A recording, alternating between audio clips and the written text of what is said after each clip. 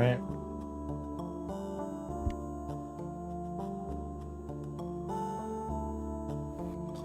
Hello everyone. Welcome back. Playing bingo again. It's been a little while. That's because the mod has now officially released. So if you want to play bingo, you can go get it right now on the workshop. That's right. And actually, I guess depending on how many people are interested, I could do some multiplayer too. I don't know what I'd want to do with this, if I'd want to like set up teams or if we'd all do it together. I kind of like the idea of just like making like a huge board, just making like a ton of challenges, and then just opening up a lobby, just letting everyone join. That'd be fun. I don't know if you want to try to coordinate like our strategy that much. So I'll do that later. I think I'll like about halfway through the stream. I want to do a bit on my own first. But just know, well, I'll say this later for people who join in, but you know, if you want to join in, make sure you get the mod. I think, hopefully I have the most recent version. It is getting updated still, of course, for like bug fixes. 1.0.3. Hopefully that is the most recent one. If you go and download the mod, let me know what version it is. I think it will tell you if you have like incompatible mods, but you know, don't use that many mods. Like I have just more Slugcats and that's it. I don't know what I would do. I'd maybe Rivulet, because Rivulet's fun. It's been a while. But generally I like to go through these challenges and change them to not be too easy or too difficult. Maybe like 70 would be good. Hello. Welcome to the stream. Dodge Leviathan. I guess I'll keep that in. Oh, there might be new Vista points. I'm not entirely sure. I haven't been keeping up with bingo too much, but I think there may have been more Vista points that have been added in. I'm not entirely sure. Neurons for Moon, Prentice Concada, that's still a challenge. Do not. I think I want to. Well, is there anything Sky Islands related? I guess not.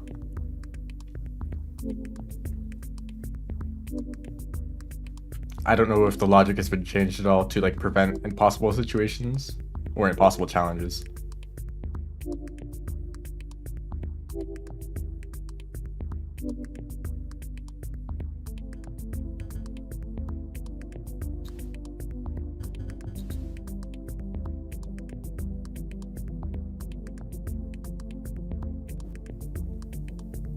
And then there's this is a new challenge for me at least. Enter outskirts from drainage. So I can't enter outskirts from industrial, from farm areas. But for Rivulet, it shouldn't be that bad. It's pretty easy to get to drainage system. Can you make it? Yeah. Stream just started, so I guess you did. You could have showed up 20 minutes later and you still would have made it. Shoreline, Pearl to Moon, that's pretty easy. I don't want a Refraction Cell challenge. Hatch Noodlefly eggs, I guess so. Farm race, wasn't there a farm? Yeah. Okay, so that can still happen.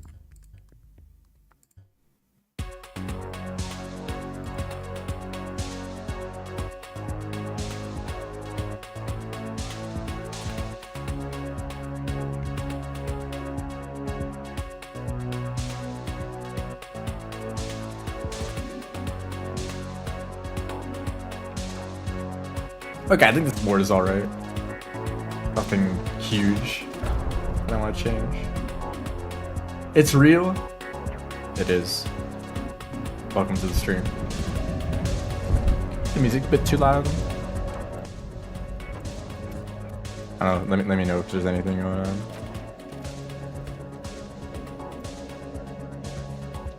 on. We're in Pipe Yard.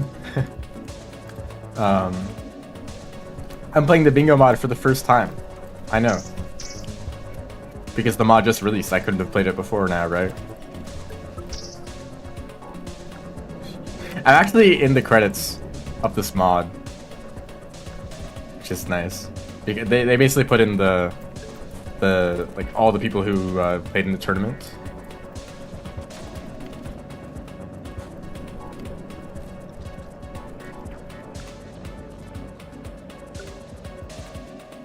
Which is neat. Where am I? What is this room? Oh, yeah, I know where I am. This is like the far. Oh shoot. This actually makes some things really difficult. I forgot about that. Well, let's not worry about that for now. Finally get 1 billion subscribers. Okay, where do I want to go? I haven't really planned this out at all. Points, popcorn. Do I want to try to finish this whole board? I think I'd be able to do that, right? I just reviewed it pretty quickly. Hello, welcome to the stream. Is it compatible with Meadow? No. that'd be cool to like be able to see the players you're fighting up against, but Meadow is not capable of that. It's pretty limited. And even if it did, it's just not compatible. I think the mods will break if you try to do it at the same time. Or not even that it'll break, that it just doesn't work at all, right? Meadow mode is a separate game mode than Expedition/Bingo.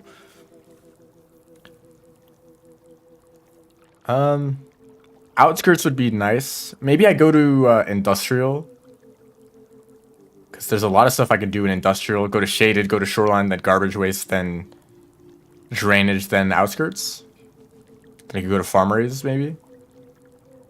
That seems like a decent route. Is there anything I can do here? There's Fly Lures. I know where I can get some of that. I actually just passed by some of them. I can actually do that challenge right now. Don't do anything to me, please. I'm still a little bit sick. my voice is not 100% there, but it's good enough. Yeah, Fly Lures right here. I could shelter. It's probably a good idea to shelter, considering all the creatures that I saw outside. And I'll get some karma.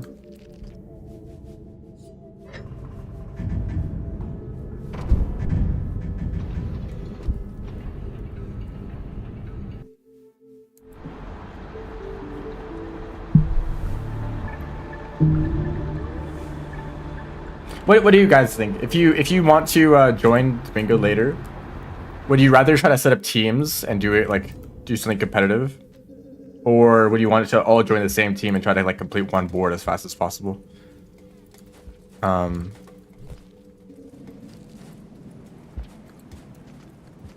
Basically, do you want to work together? Or do you want to be on opposite teams? And I don't know how I want to balance the teams, or if you want to do like it depends on how many people are going to join. I feel like it'd be a lot more complicated than just everyone join one team.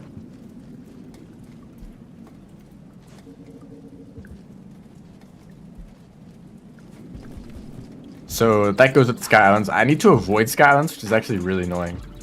I would have liked to go to Sky Islands for one of the challenges, at least. Centipede still give you a ton of points. If you really want a ton of points, finding these small centipedes is a pretty good way to do it. I don't know if I want to go for points this cycle. I guess I'm going to Industrial. I don't know. Maybe I'll Vulture Cheese. Everything could be fun. Yeah, I feel like I have not seen that. I've not seen cooperative bingos that much. Usually it's competitive.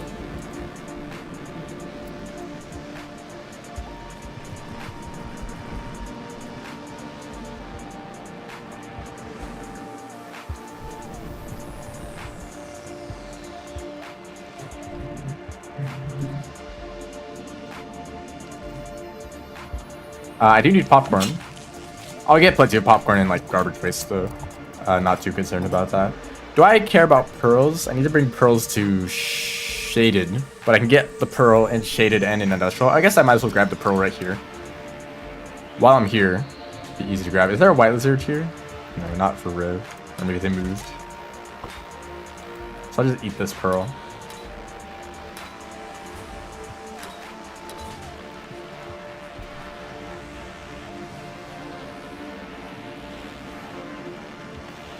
Speedy at Rivulet.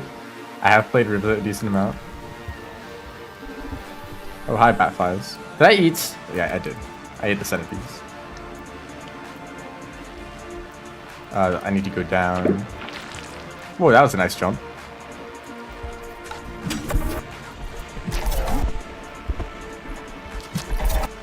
That was lucky. Only 21 points. I would need to like focus a lot more on kills for the rest of this. Camera scroll. I think camera scroll should work, but you would have to test that yourself. There might be a list of like compatible mods somewhere. I'm not sure if anyone has tried to make something like that.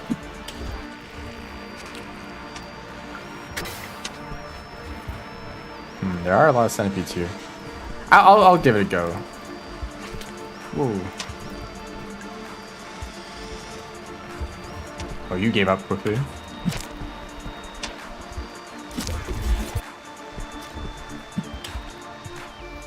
You think you're gonna get away? Oh. Wait, is that the same centipede? Or the Slime Lizard? Oh, you're also dead. Okay, 39 points. Pretty good.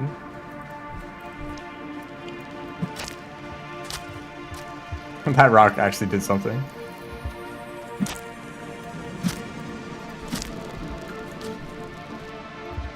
Okay, you're dead.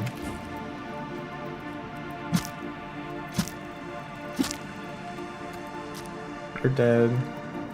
That was pretty quick. You want to come back here? Stop flying around and doing the thing that you do all the time.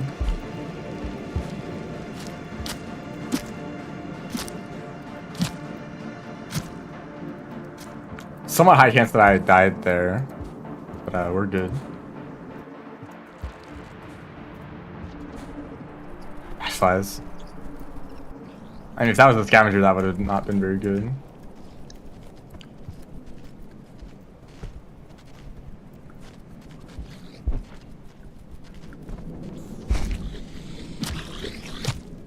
I really don't want to deal with a vulture right now. That's a nice song. Ooh. Look, I would really like to get that salamander kill. Okay, I don't think they took enough damage. Just have them for fun. Oh, I turned off wall pouncing. Shoot. It's when because I played Saint. Oh, did I? Really?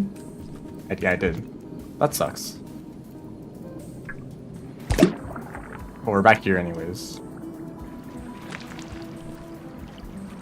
I really played Rivulet for this long without realizing I didn't have wall pouncing on.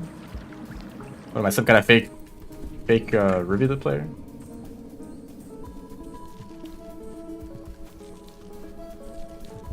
Okay, we have like half a cycle left. A little bit out of spears.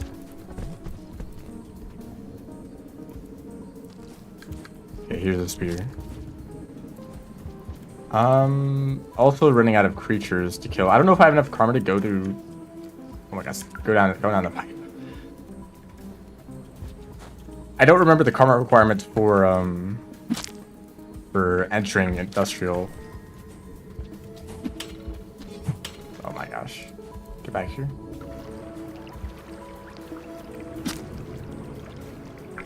One more point. Okay, this eel lizard.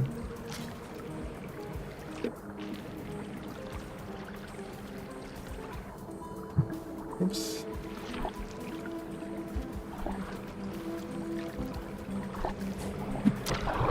Did that actually...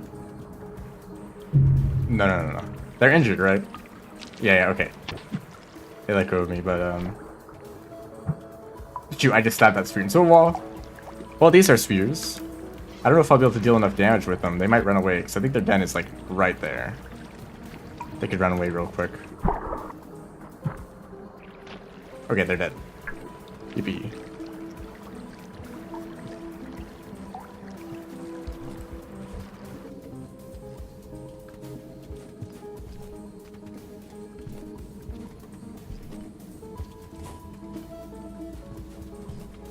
Oh, that's why I was trying to do this wall pass, and it didn't work. I assumed that I was doing the timing wrong, but I actually just was not able to do it at all.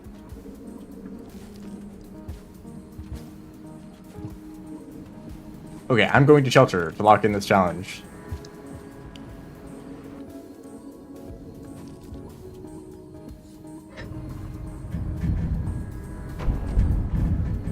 Yeah, Gormod can kill pretty much anything. You can kill DLLs if you fall from high enough. I could fairly easily complete the top row if I wanted to. I don't know what the win condition is. If I need to... If it's just getting a bingo or if I have to get the whole board. Because I personally want to go for the whole board, but I don't know how it's set up.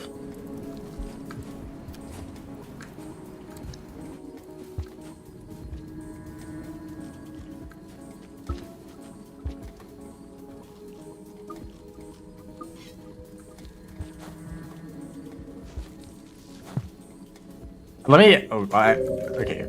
Next cycle, I try to remember to turn on wall passes again.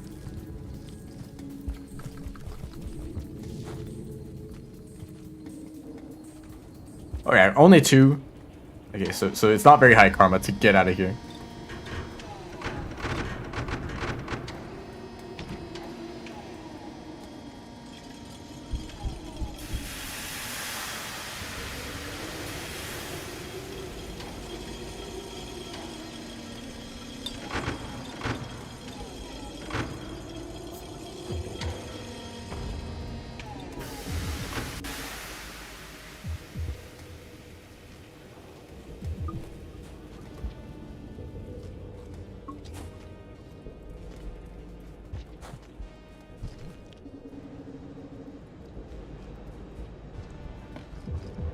Did I turn off lag? I think I did.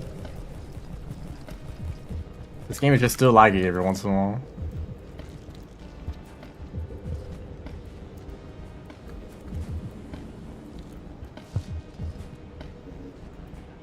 Okay, so here in Industrial, there's more popcorn plants. There's scavengers. This is yeah, trade with a merchant specifically.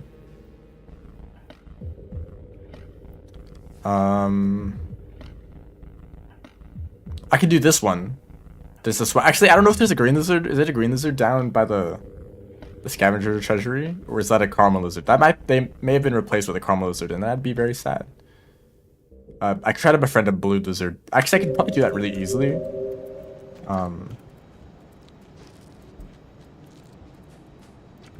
Leviathan. The laser gets replaced by a hydraulic press. That's a funny idea. But you sometimes see... Yeah, you're a karma lizard. You will sometimes see the vulture grubs far away from water. I guess no place is really far away from water except for like Metropolis, but...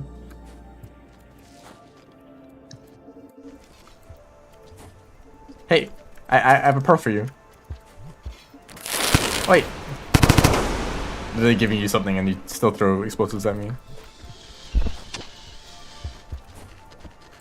That's an egg bug. I thought that was a green lizard for a second. Are there... Oh. Okay, scavenger, please don't kill him. Well, shoot, if I throw bombs at him, he's probably gonna die.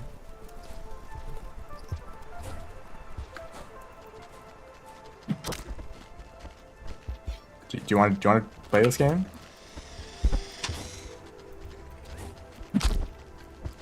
Okay, you're pretty damaged. No, they're not gonna be this happy about this. Okay, he should be happy about that. I just saved your life. Oh, did you still die? How did that not hit you?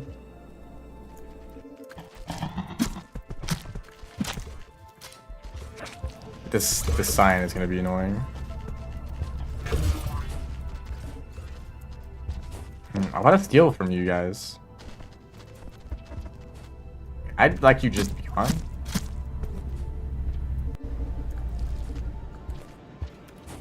Nope, I'm not here to steal or anything. That was a really bad idea, dude. Oh, I'm surprised the entire room didn't blow up.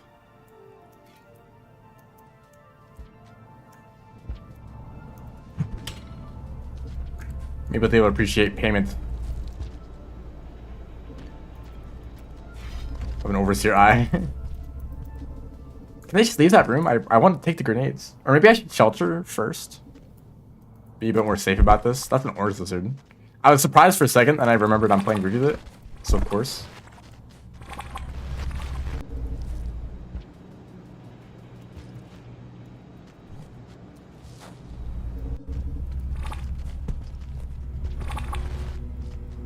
Okay, I hope the green is still alive. And also that they can survive 2 grenades. They kind of need to be alive for this. But, you know, grenades don't actually do that much damage. I figured out on the wiki, grenades can do, at most, 2 damage if they are direct hit. Or maybe it's like 3 damage because the grenade itself does contact damage and then the explosion does the rest of it. No, stop taking damage, dude. Okay, that counted, and I'm not dead, miraculously. Goodbye. Did one of those grenades, like, rebound back towards me? Okay, I think I also have higher rep with them. Grenades are mostly just useful for stunning creatures. They stun for a long time. Okay, there's another green lizard. I was worried that if I didn't get the challenge on that other green, then it just wouldn't be possible here in Industrial. Like the last few remaining green lizards in the whole world. This little area. I'm going to shelter up here. I think I want to try to go to...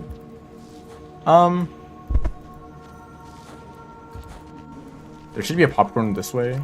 There's 2 popcorn.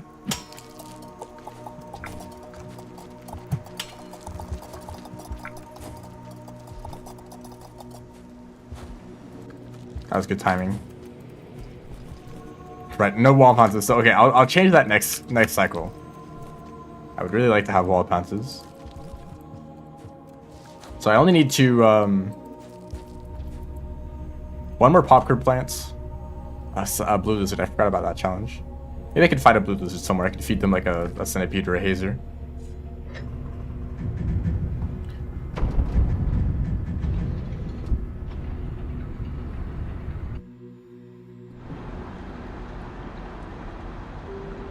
If they could breathe underwater forever.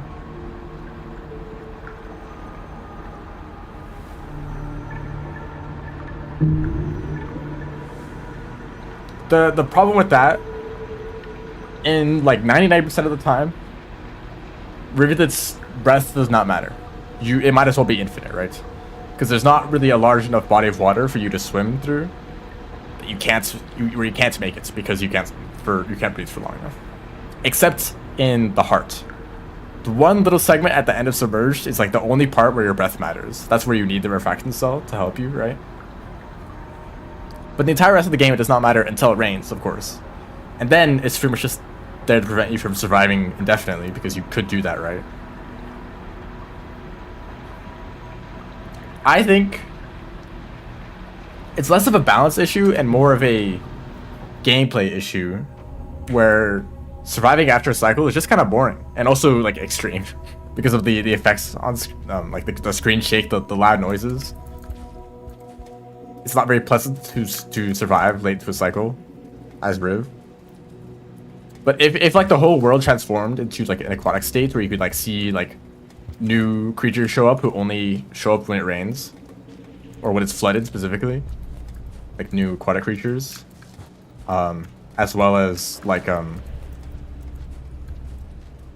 hazers. Like hazers sit around dormant the entire cycle, and then when it rains, they presumably swim around, right?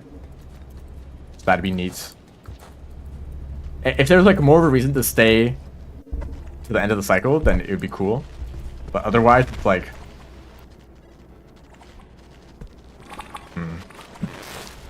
Whoops, I just stabbed. I'm gonna throw that pearl over there. I hope I can find a blue lizard over here. I don't know the map well enough to know if I can actually find a blue lizard, but usually for other cycles there is a blue lizard around here. Oh, you're not blue, and you're not a lizard. Oh, well that just worked out, didn't it? Oh, there's no hazer. I was kind of relying on the hazer as a food source.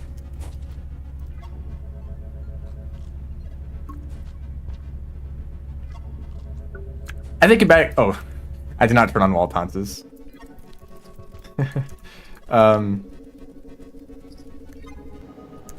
If there were like creatures that were dangerous when it was raining, when it was flooded, then it would still be risky, right? Because you've already gone through an entire cycle.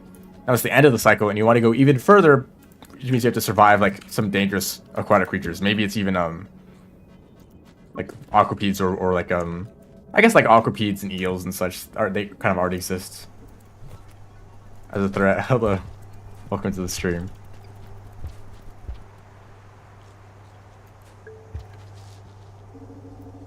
Okay, I have a feeling that there's not a blue lizard. Let me check the map.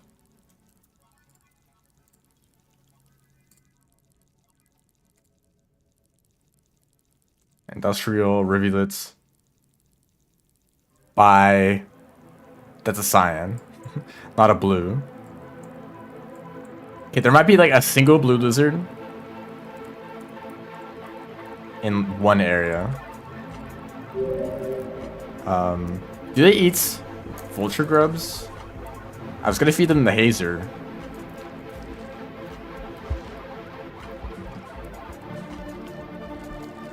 No. Okay.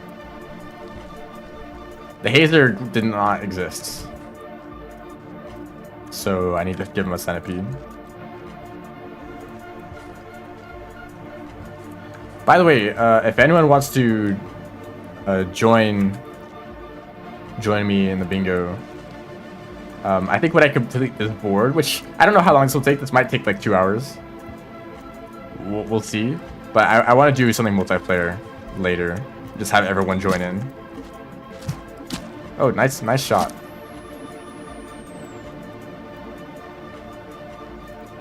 I'm thinking of doing like one large board and just having everyone try to complete it. There are no small centipedes either. I guess I just can't really complete this challenge right now.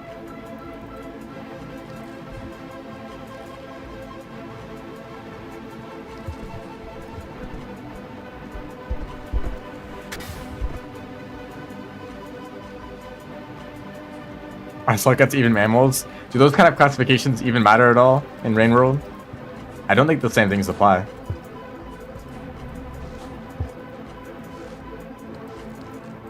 I think if you were to try to categorize anything in Rain World, it would just be a complete mess.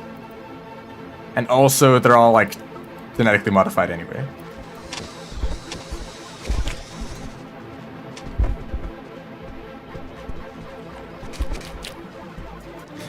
Underwater kelp when it's flooded. That's. Are there any kelp that are underwater? I guess there's some in the shoreline, right? But they're still like. They still poke out of the water for a little bit. These guys to be any more annoying.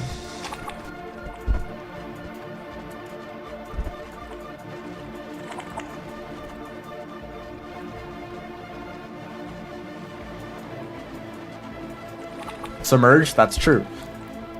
Yeah, trying to take things in Rain World and categorize them or name them the same way that they are in real life, it just does not work. Like, oh, these are lizards, or like centipedes. Centipedes do not usually shock things with electricity. But that's just how they work in Rain World, and we still call them centipedes because they look similar, right? And slugcats are not very slug-like or cat-like. Well, maybe like a little bit of each. They're especially not very slug-like.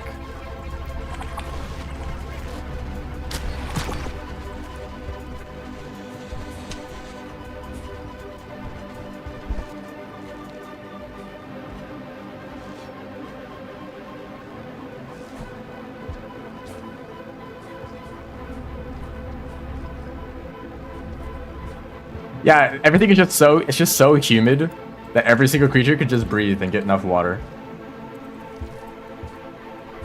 I mean, it's literally raining right now, like all the time as a review. This is the last. I'd love to do a wall bounce to get up there, but I'm banned.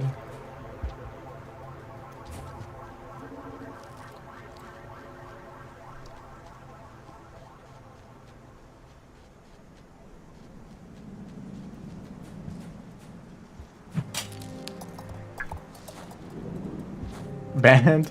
I forgot to enable wall bounces because I disabled them when I was playing Saints. And I keep forgetting to turn them on. I'm definitely going to turn them on after I shelter in this. In that shelter right there. Banned from free ham sandwich day.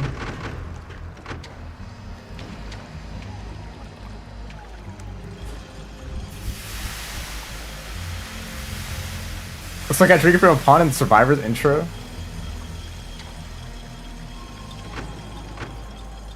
Confirmation. Did you guys know the fun little thing that I discovered that probably does not actually mean anything?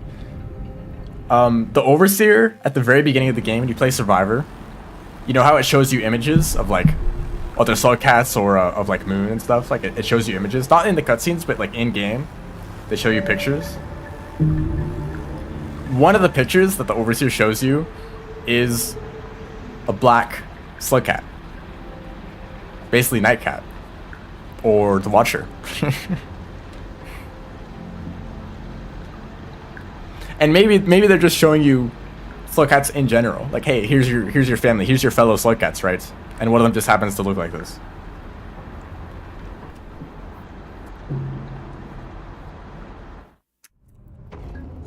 I don't think I need pearls anymore. I could trade. I guess I'm going from shaded to garbage. So I could try to complete this one, but it sounds like a huge pain to carry 2 items that far. I guess I could bring 1 item and then try to bring another item later. But I'm not going to Sky Islands. I don't really want to go to Subterranean either.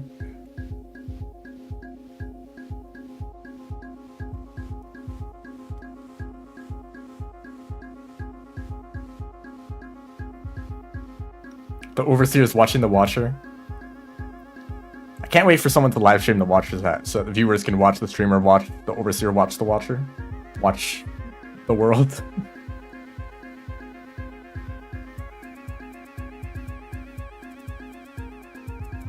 Dark red one in garbage waste? No way. It's Artificer.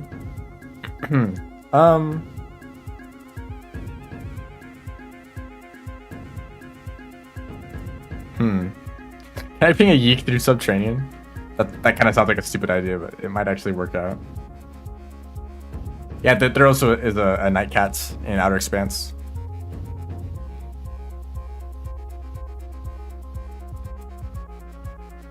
Oh, this challenge is going to be a huge pain too. I don't know if I'll be able to finish this board.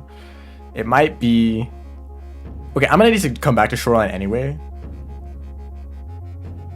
I've not even been to Chimney. Oh, I forgot a Vulture. I was literally holding on to a Vulture Grub earlier. I just forgot. Let me... Well, I guess if I'm going to come back, I can do that later. Let me hold on to one of these pearls at least.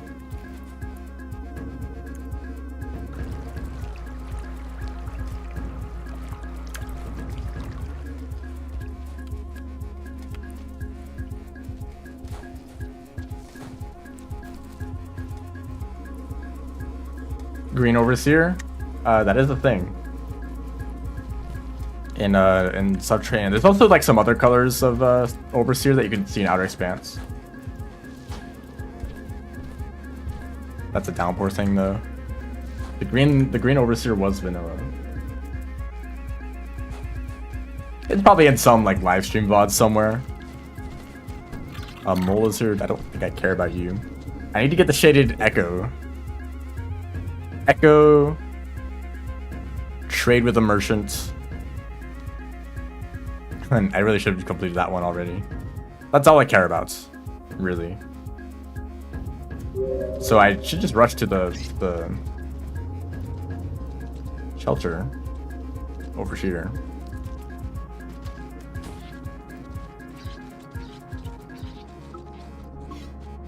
I think that the average iterator lifespan is probably longer than Pebbles and Moon.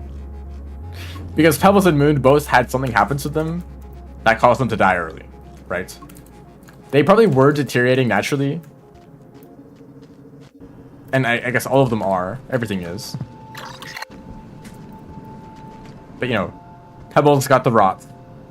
And Moon dealt with the consequences of that as well, right? So both of them had something happen to them that caused them to die early, and they're not even completely dead, right? Moon is still somewhat alive by Saint. Oh hi. Pebbles is actually still alive technically, in some definitions of the word. So I'd say it's maybe even impossible that any iterators are even like considered actually dead until after Saint, right? They do not die easily, and even if they did die, they would still come back somehow. However that works, you know.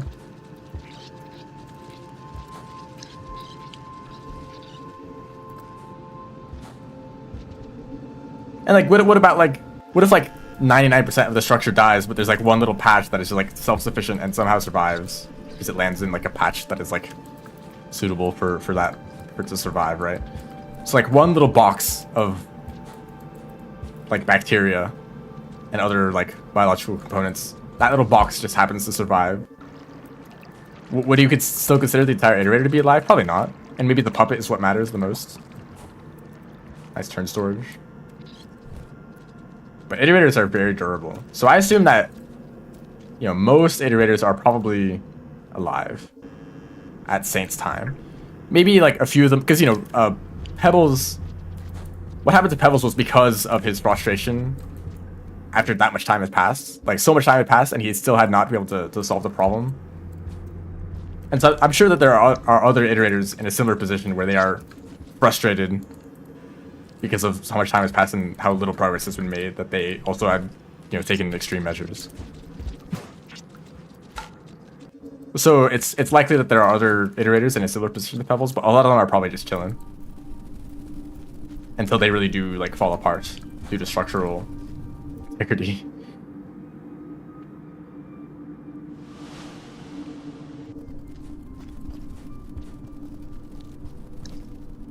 You know, if an iterator can split in half, I think that they're still alive, probably.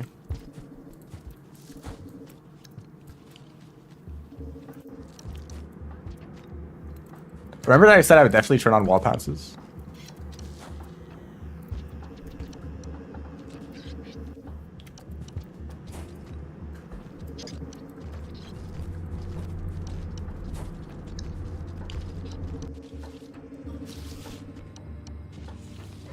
We'll sleep over.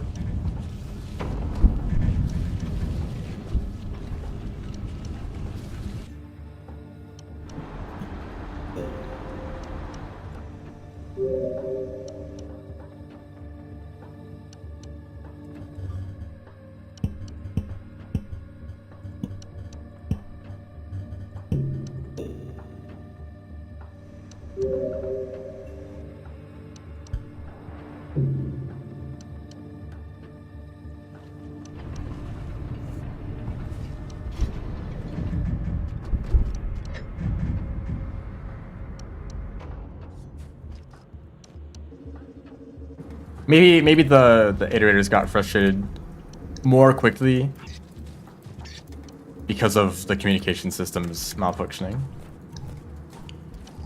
You know, if like, I guess it's like their mental health. Maybe when the communication's all functioning, they're all like hanging out together, they're talking in group chats, they're mostly all right, even though they are like frustrated to some degree because of the ancients leaving them behind. And then the communication starts falling apart, and now they're just alone forever, and still there's nothing has improved about their situation at all. That probably doesn't make them feel great.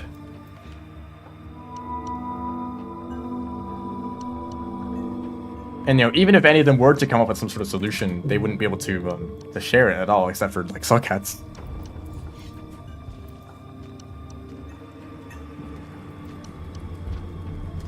Maybe that's the best kind of like evidence that you can have for Saint being a solution. That due to their isolation, they were not able to... I guess, like, is it a proper solution if it's not portable or, like, generally applicable? I guess, like, an ideal solution would just be transmittable over long distance. You could just, like, send, like, the procedure. Like, here's how to ascend. Follow these steps, you know?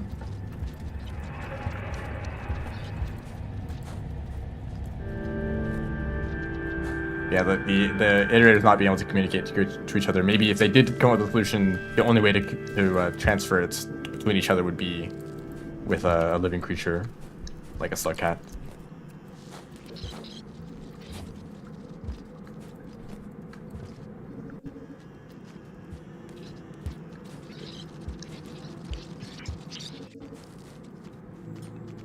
Throw something at me? Dude, you're a merchant.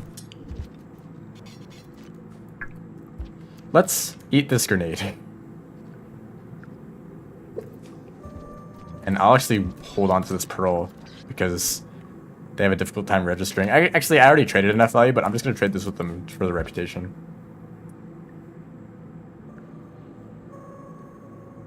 I mean, there's all sorts of, like, intelligence or, like, artificial intelligence in sci-fi. And the idea of creating, like, such a large structure just for the purposes of, like a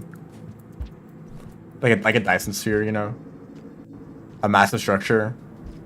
Because I think the original idea with the Dyson sphere is that it's a computer, right? You harness all the power of a star for computing power.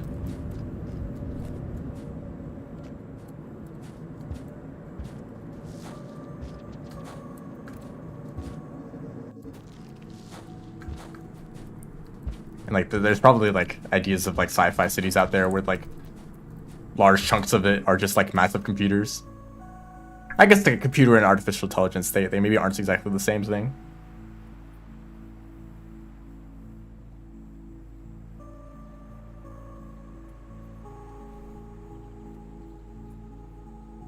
I guess with the computer you need to like program it yourself, even if it is incredibly powerful.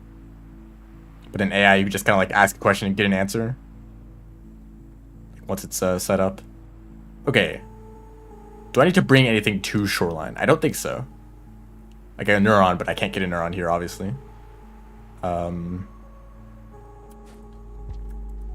think we're chill.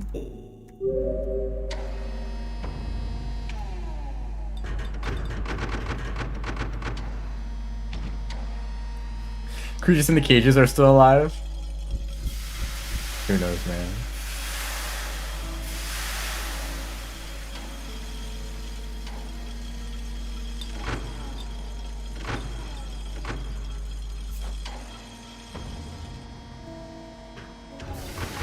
Let's go to Moon first.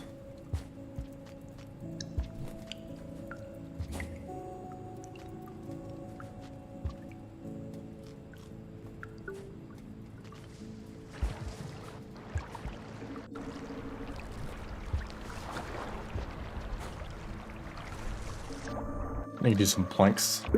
It's funny how ploinks have such a large reach in the community.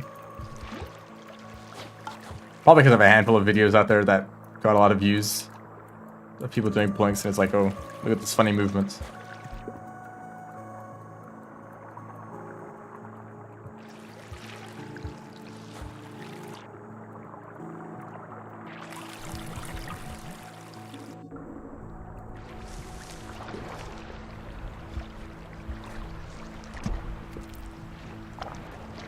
Whoa!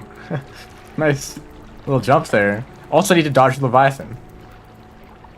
I think I will do that next cycle. I'll shelter here and I'll attempt it until I succeed. Because it can be a difficult challenge. That's annoying. I don't want to do that.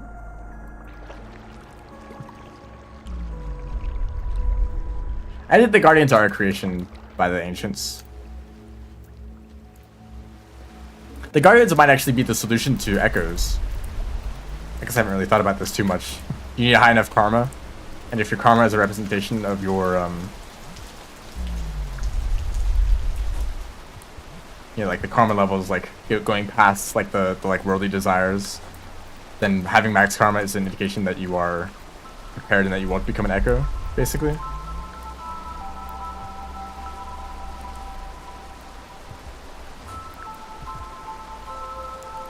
Which is why I like Artificer. That's basically what happens with Artificer, right? You don't have enough karma and you go in anyway.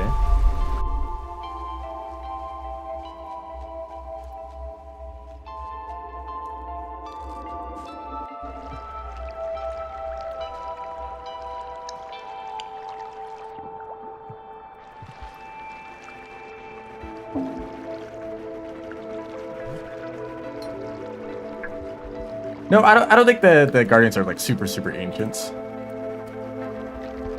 Because like stuff existed in the depths. Well, actually, so, the stuff in the depths existed before they discovered void fluid. And the lower part of depths is pretty much a direct path to void fluid, right? And there's also much less statues and such, right? So the ancients probably not know of the lower parts. And the Guardians Reach only exist to prevent you from going to the lower parts, right?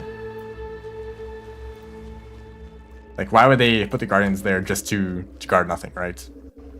Later, they dug deeper, discovered the void fluid. I mean, what's likely, actually, is that the void fluid was not discovered here. Void fluid could have been discovered on the other side of the planet, and the information just got around, right? Or maybe the void fluid was so powerful that it let that specific group of ancients spread incredibly quickly and outpace the rest of the ancients, right? Maybe there were multiple groups of people, right? And just the ones that discovered void fluid first were the most powerful, and they spread across the whole planet. That's a story. We got Scholar. That does not matter at all. So eventually, you know, those ancients that discovered the void fluid, they got around to this area around Pebbles and Moon, right? Or I guess where they would eventually be built. And they were like, oh, hey, you already dug down here to build these, temples and stuff. Let's just keep digging further, and we'll eventually make it to the void fluid, right?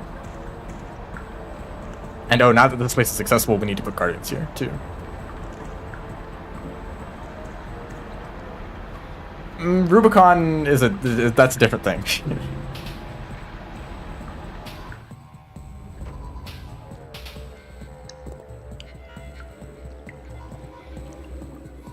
Imagine and going into the void sea and then swimming sideways for a really long time and then swimming back up and you find a new area. Wouldn't that be sick?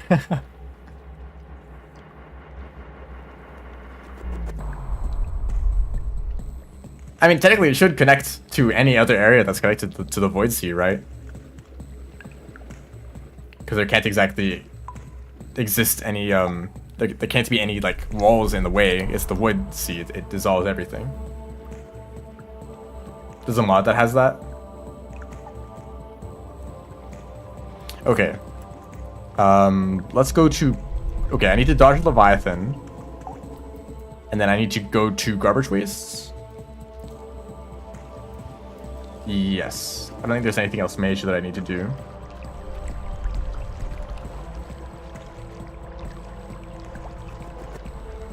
Am I a Rainworld YouTuber? I feel like that doesn't really count because I don't make videos. I made like 5 videos that are like less than a minute long. So I don't know how much those really count.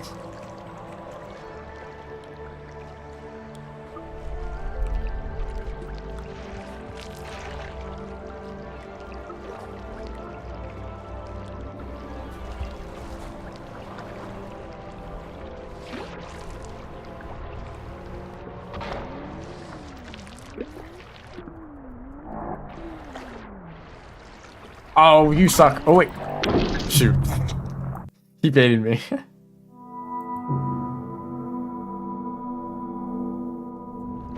I want to make a video. I want to,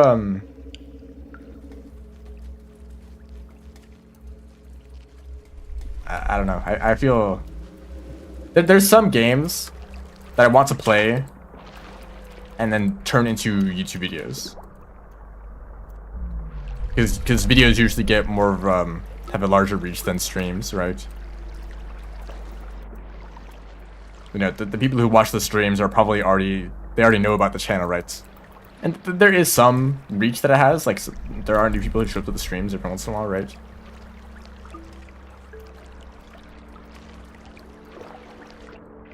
But like a live stream VOD is not going to randomly get thousands of views, right? Except some of them did, actually.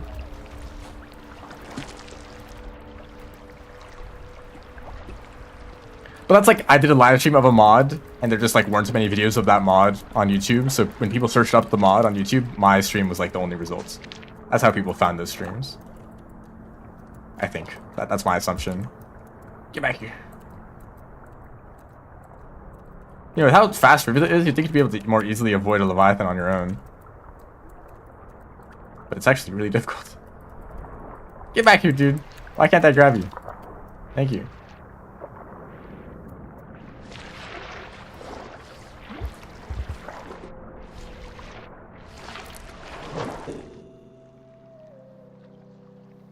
TOS violation?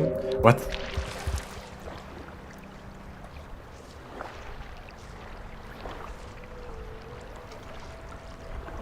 Wait, in the same? Like, what does that mean? Like, if I had YouTube chat and Twitch chat open on the stream, but they were like separate things, would that be fine? Or is it like combine them? Because I feel like I've seen streamers combine them.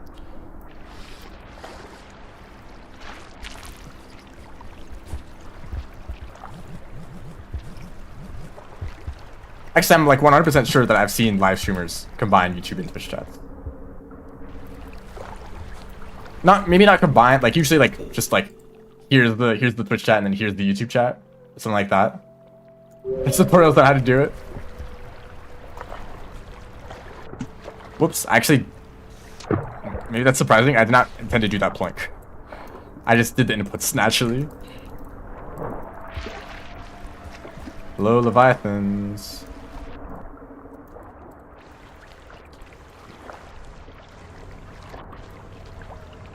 No, come on. That's not high enough. Or not far enough horizontally.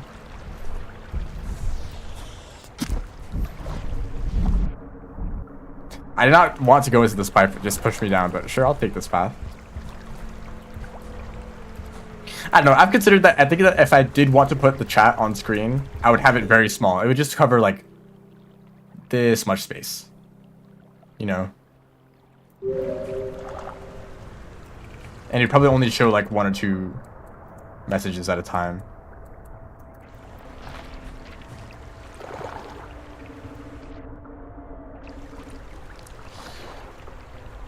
Not quite 3,000. It's like 2,400 or something. 2,424. It's a big number.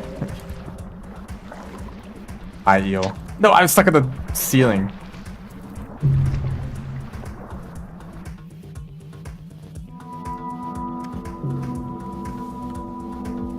I think actually what would make sense is to just to show YouTube or Twitch chat on screen, but not YouTube chat.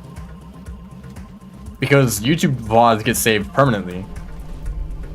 So sometimes the Twitch chat just gets lost, right? Or not sometimes, all the Twitch chat always gets lost, right? If you want to read what people were saying in Twitch chat like 3 months ago, you just can't. They have been deleted.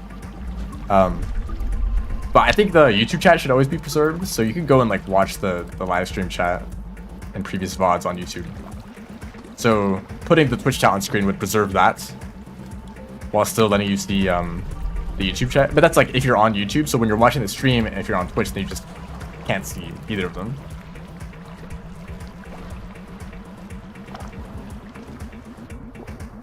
Yeah. Random Twitch moderator shows up to the stream, is like, how dare you? With your like 5 viewers. How many are you on Twitch? Whoa. 6? That's more than 5. There's more lurkers on Twitch, I've noticed. Or maybe I'm making that up because I don't really pay attention to the number of YouTube viewers either. But I noticed that there's usually more people talking on YouTube.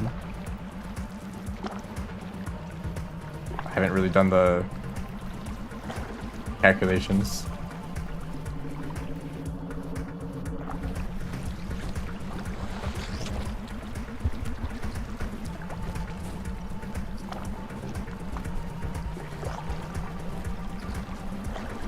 Leviathans aren't real.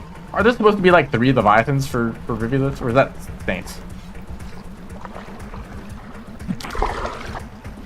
You didn't even fall off the platform?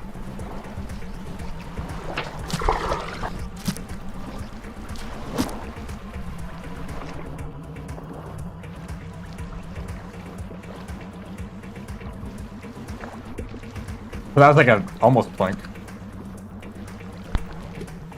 I went like straight up. Yeah.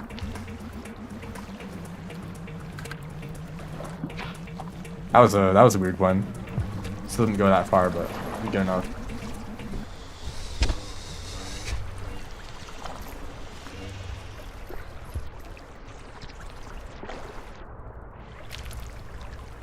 That kill did not know what was going on.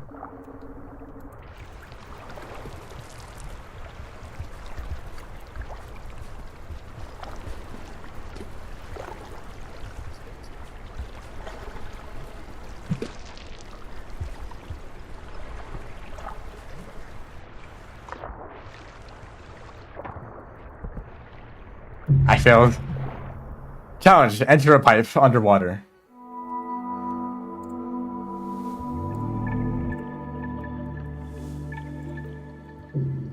And die to the same eel. Like, surely he's on the other side of the room. He can't enter properly. You know what makes me sad? I don't think Rain Meadow has received an update that actually fixes story mode.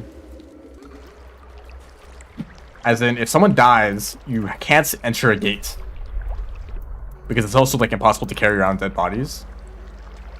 And maybe, possibly, there's also a chance that the whole campaign restarts randomly.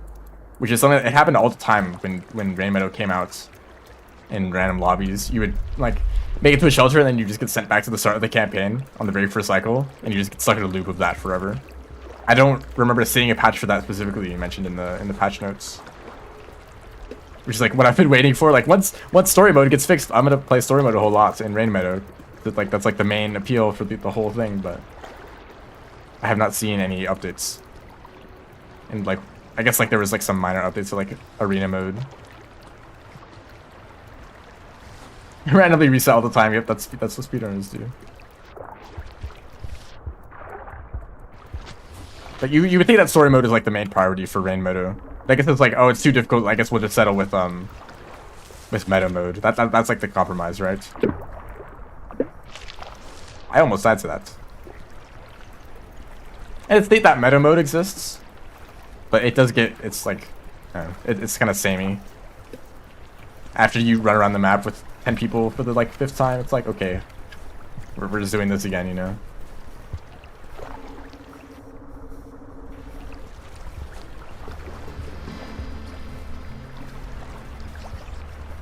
I'm really glad that the Rain World community has been so connected in the past few months.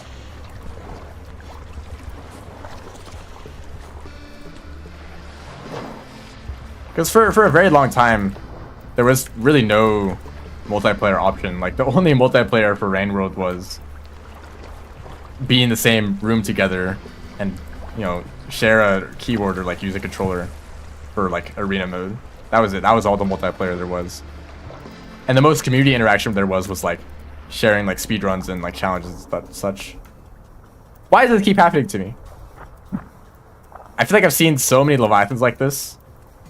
Like I've seen like 3 of them in the past like 2 months. And they're not dead, are they? Like he's just sitting here?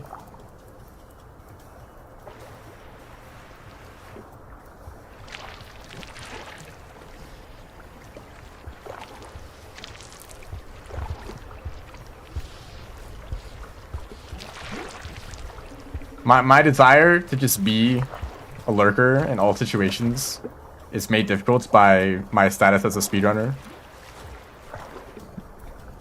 Sometimes I kind of wish I could just like join bingo games or like yeah.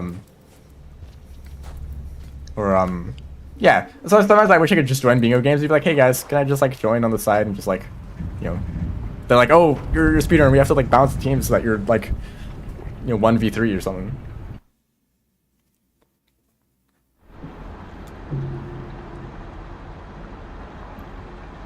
Like, bro, I just want to hang out.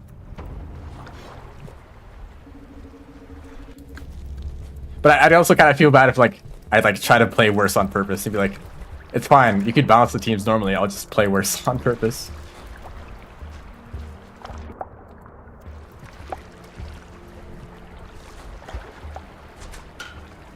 I'm still going to try to do the Leviathan challenge, but, I don't know. It's annoying if a Leviathan just doesn't show up at all.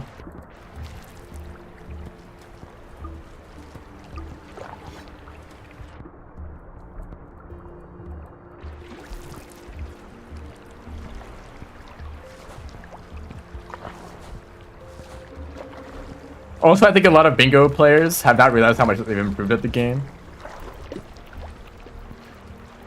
Like, some of these people have been, like, doing practice games, like, multiple times a week for the past few months. And they're like, oh, you know, I'm still, like, not that good. Like, nah, you're, like, you know a lot more about the game than most players now because of these bingo games.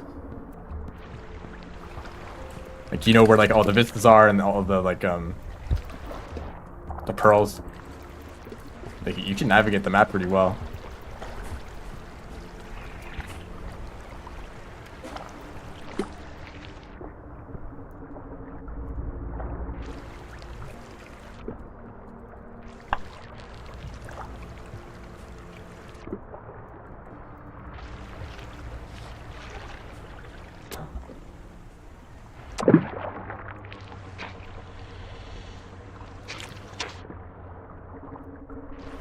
Fourth layer bug, always. I was talking in Ice stream a while ago. And I like made like a half joke about the game being broken. And he's like, if you come across any problems, tell the like say something about it. Like leave a bug report or like I don't know, say something because like the developers sometimes listen to this kind of stuff. I'm like, surely I haven't discovered any like unique bugs. Like, it's just a lot of, like, really small things that kind of add up. Like, the fourth layer bug. The, like, memory leak problems that have, like, showed up every once in a while. It's, like, hard to remember them on the spot. But there's, like, a lot of, like, small little things that are broken about the game still. It's, like, not a huge deal.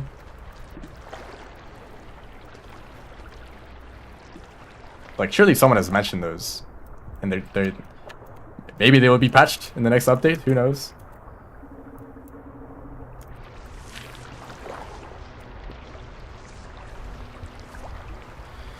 If there was a shortcut that said Piper or something, yeah, that's strange. They should probably get rid of that. Okay, I've crossed the entirety of Shoreline and I've not seen a Leviathan at all. I mean, I don't know if this is like the best route to take to search for Leviathans, but I guess there's a lot of open water, so it should be.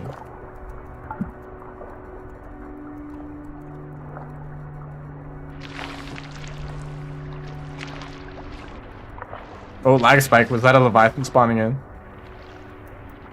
You could say that exact same sentence in Lethal Company. Hello.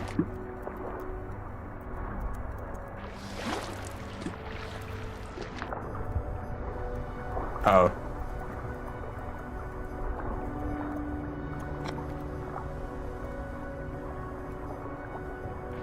There's so many bubbles. What was that?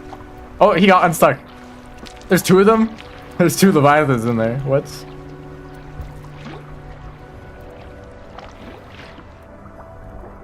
No, they're running away. Come on, man.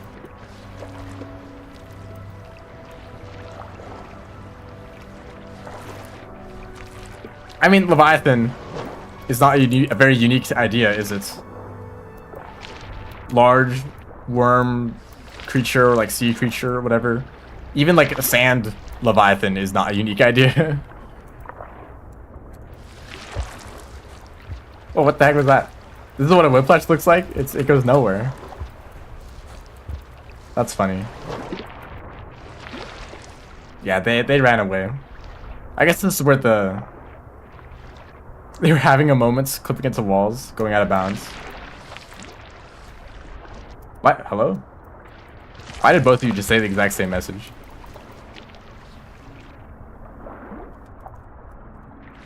Glitch in the Matrix? That internet They're bots. Sorry, welcome to the stream.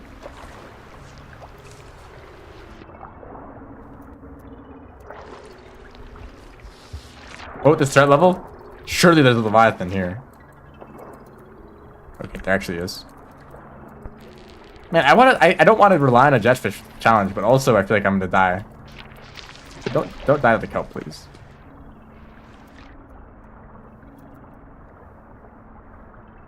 Oh, guys, why did they do this?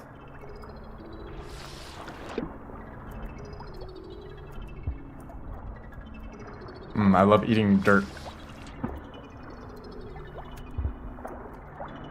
Are they trying to like get out of the room? They just don't know how to pass fine.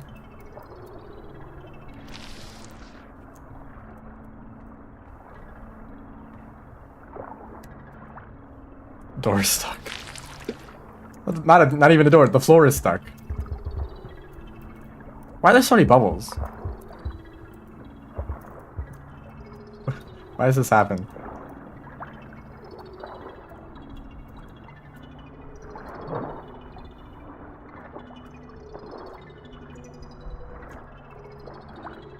Like a bubble machine down there, pretending to be seaweed. That was the inspiration for Leviathans. Yeah, he's not even hungry at all.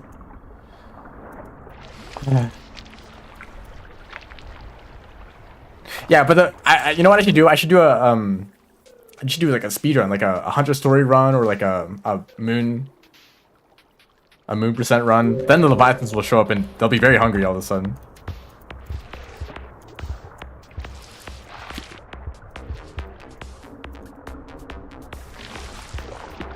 Hopefully can't see.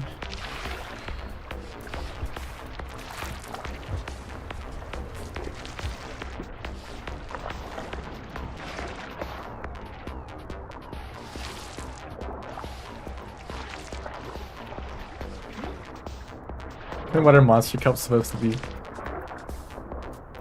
know, it'd be funny if monster kelp grew on Leviathans.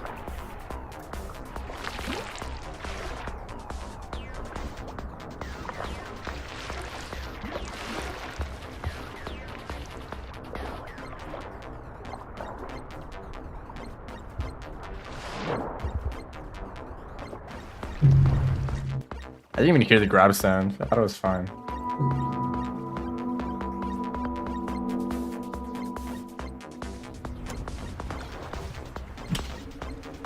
Okay, time to try this again.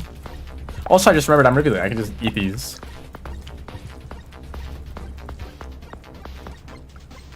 I'm probably not going to complete this board in a reasonable amount of time with how long this is taking.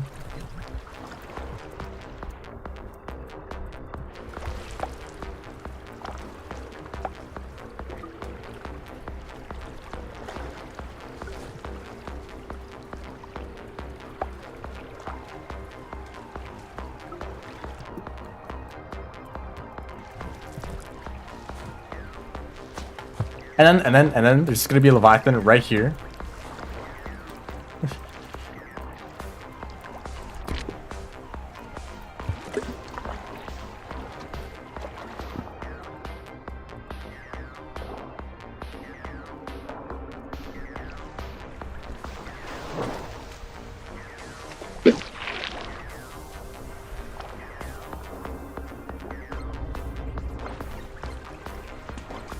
Damn, the moon percent run would be crazy.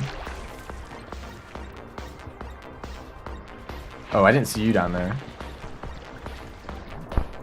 Shoot, I just shocked myself. Hey guys, do you wanna move? Also, that kelp got really close.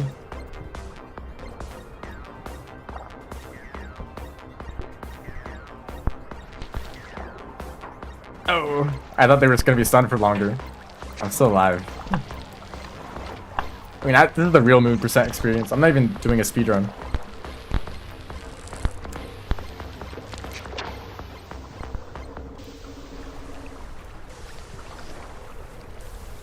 There's moon percent as a challenge, but that'd be kind of funny. Plank abuse.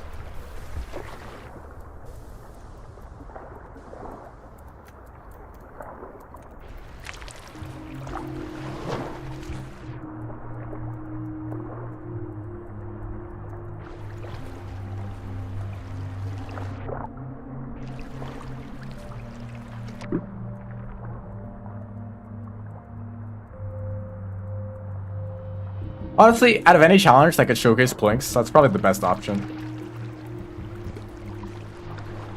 Maybe the only other one I can think of is going up through the gutter, but specifically taking the path on like the right side, or the left side, sorry. Taking the path on the left side that lets you do like 3 plinks really easily. But I think that ends up actually being slower. than the other route that only has 1 blink.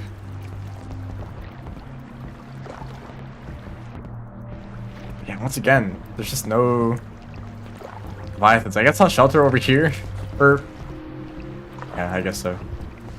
But sometimes, you know, it could take like a minute or two for the Leviathans to show up. So maybe I should just like sit in that room and just wait. But I'll sleep to reset it. There's one. Okay.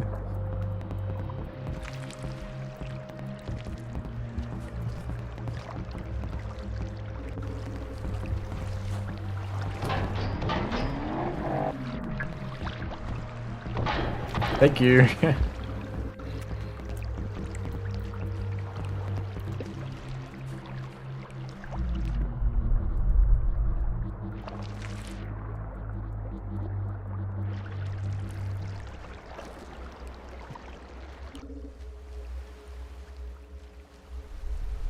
There should be a Discord bot that lets you input someone's username and it creates a GIF of their profile picture being exploded.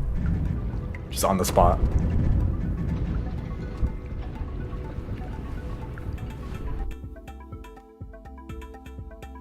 I think that'd be neat.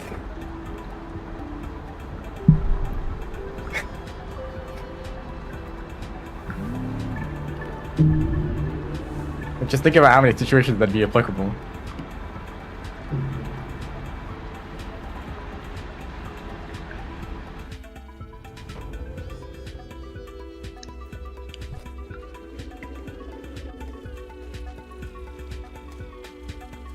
Also, there's some things you can do with GIFs that are, like you can make it so that they don't loop. So you could make it so that their profile picture blows up, but then it doesn't come back. It doesn't loop. So they just you know disappear, and it just stays like that.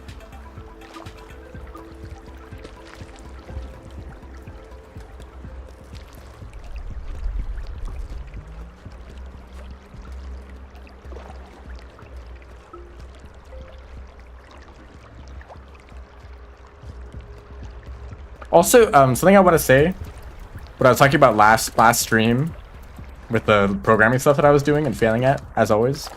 I actually went into my previous projects and I discovered that I already made a system for a skill tree. It already existed. That was something I was talking about, like that I was like how do you make a skill tree with like all the upgrades that work together? But I literally already made it. I think it might be broken though. I'm not sure. And also it doesn't have like, it's not like, you know, feature complete with like all the stuff that I'd want to have.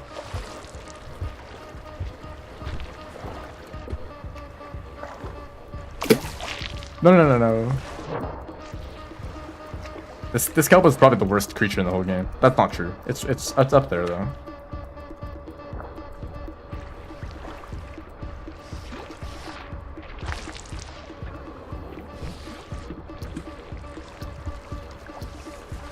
Like if I wanted the skill tree, like if I wanted an upgrade to be like you explode when you get hits and it like does damage to enemies that are nearby.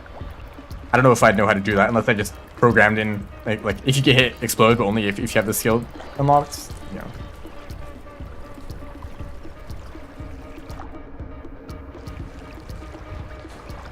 I'd rather put the functionality entirely within the upgrade itself.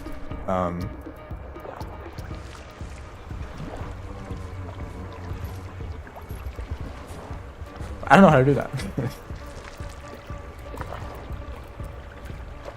It'd be kind of cool. Is there ever games that work like this? Where there's a lot of the contents is just a big text file. And if you really wanted to, you could just go to the text file and just edit it or change things around and it basically mod the game. Oh my gosh. This eel is always so inconvenient.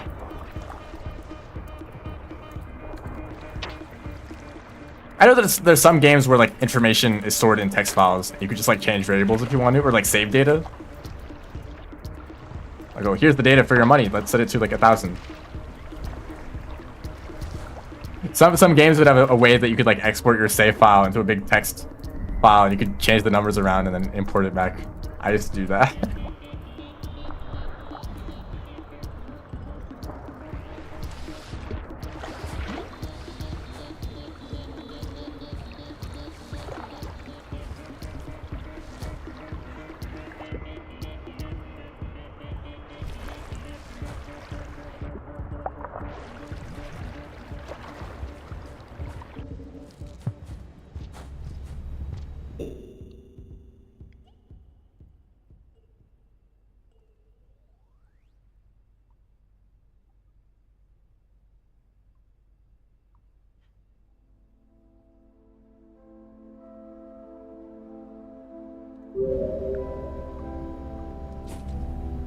Power requirements for this gates is very low. So we're finally entering garbage rain after an hour.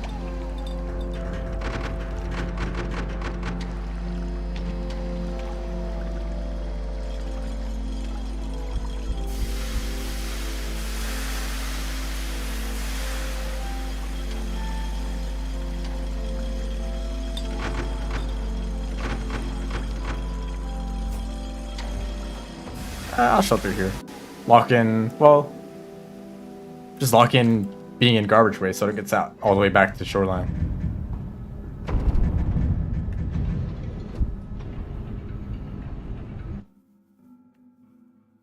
$30K line files.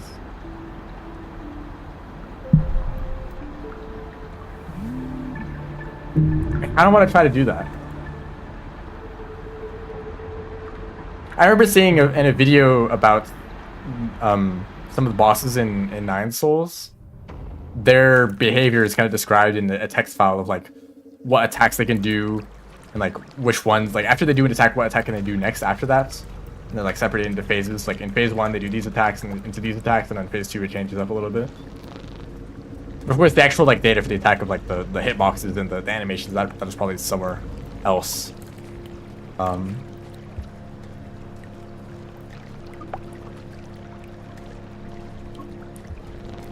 Hello, welcome to the stream.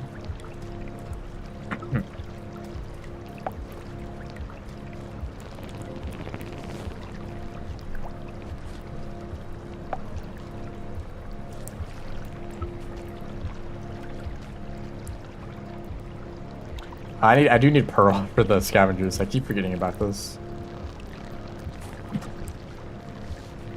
Whoa, the slide cancel? That's not what it's called. I don't know what it's called. The slide, like failed slide? I don't know. Situationally useful. As reviewed.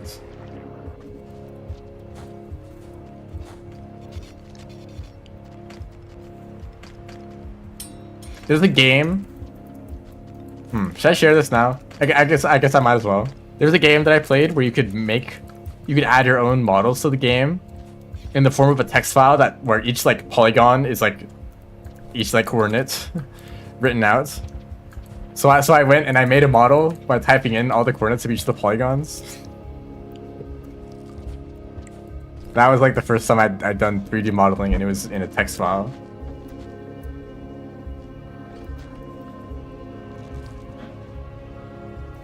Garbage. Let's go kill some garbage or some snails. I mean, same thing really. They are in garbage waste after all.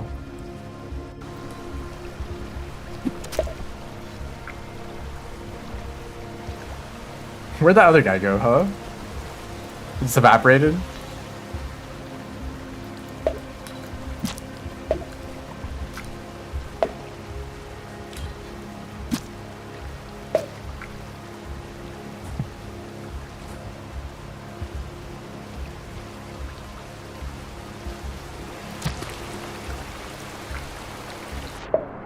I don't know, isn't Rivulet like perpetually damp?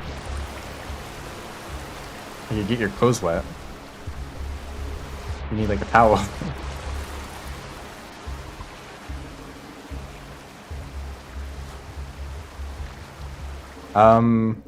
There are more snails later in further into garbage waste. I think I want to go to drainage system though, right?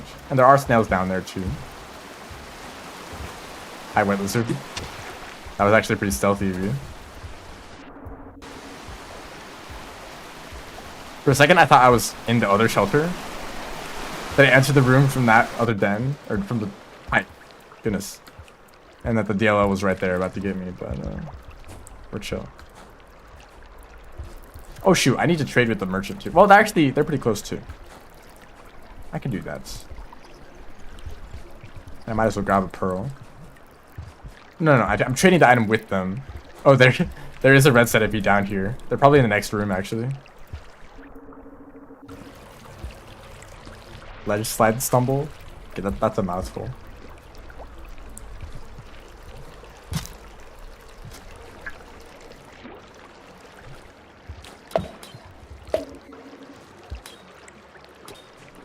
Bonk. There you are. That's not a good place for you to be. I want to take that path. Oh, thank you. Yeah, I wasn't aware of that shortcut.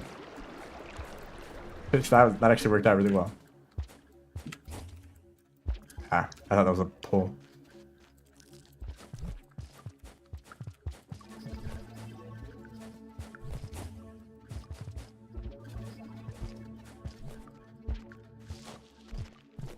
Hey, dude. Are you the merchant? You better not be the merchant. You're the merchant. Would you like an explosive? Did you give me anything? Do you want a spear? He's so greedy. Give me one single item in return. I don't want to take the same bomb. Okay, I'm gonna have to get past the centipede again to grab a pearl. Yeah, rip to that guy. Maybe if I just keep giving him spears, well, I guess. I think I'll shelter and then come back and get something else from the merchant because I don't want a spear. Because they're harder to carry. You can't put them in your stomach.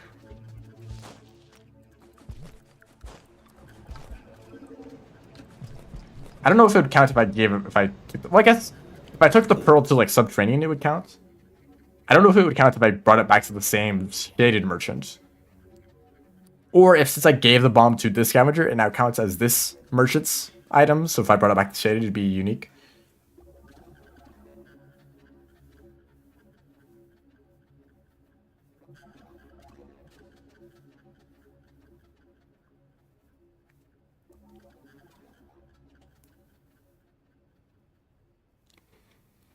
I don't know if that's true. I guess I'll take the bomb.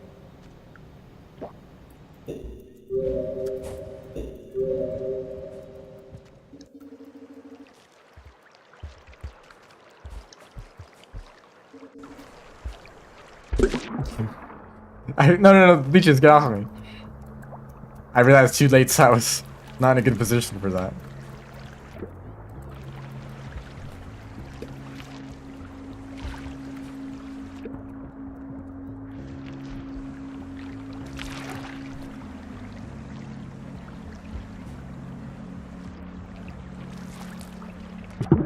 That was an awful angle.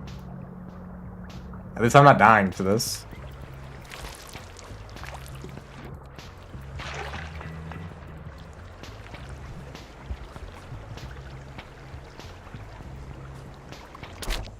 There we go.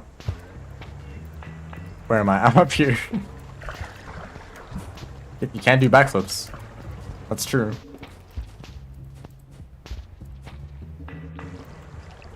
I'm going to take this vulture grub in case I actually need it. Because I might have displaced the vulture grub in industrial and I need one.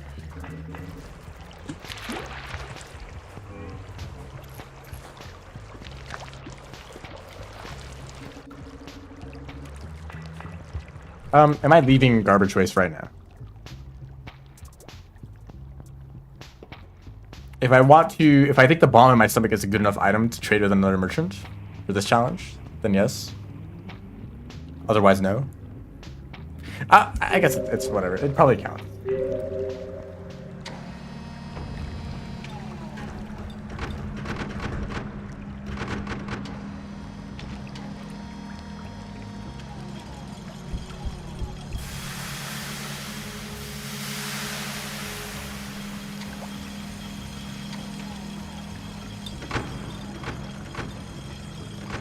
And from here, oh shoot, this is the wrong place.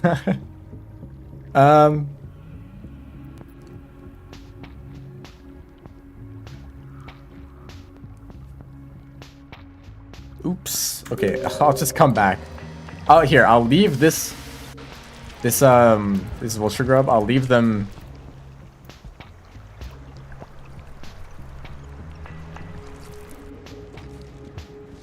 I'll leave them in this den. And I'll come back for them later. What was that? How did I do that? That was a den boost, but the den was not next to a wall. I just did it on the floor. And it went like really high. Our den boost... Oh, game crashed.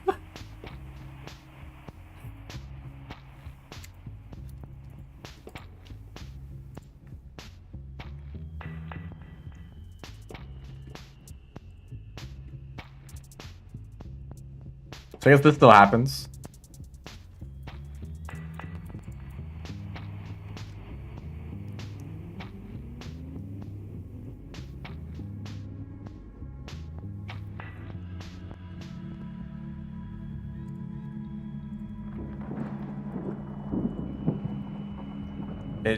I think it should have saved my position. Usually it saves if it crashes after you shelter. Yeah, we're here. It did not save my goal though, which is why this is problematic in a competitive game. Man, the stuff that we dealt with in the tournaments.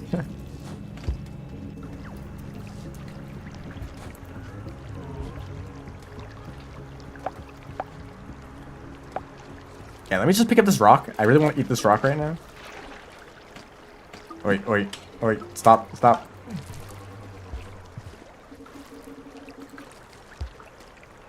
Okay, I just need to go back here.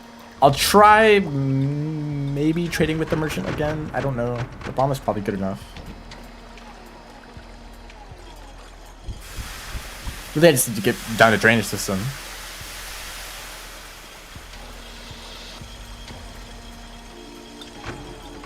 There's some things to do in farm raise, but if I go to farm raise, I won't be able to, I probably just need to come back through outskirts. Can't go to Sky Islands. Explosives.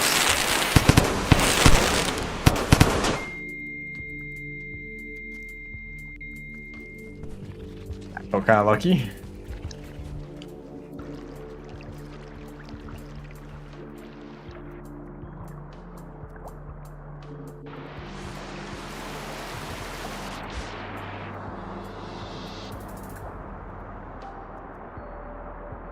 Why is that pipe so hard to enter? Hello? Also, guys, it's expedition music. It's like we're doing an expedition right now. Now we just need to wait for the expedition complete music.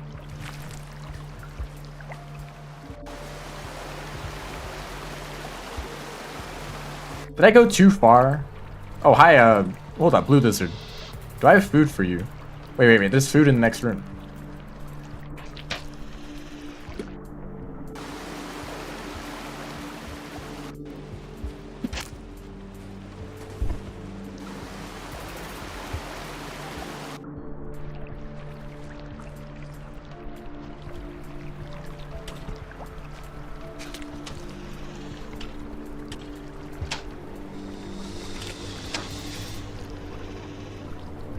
Friend?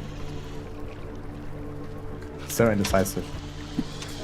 There you go. That was nice. Now I just need to not die.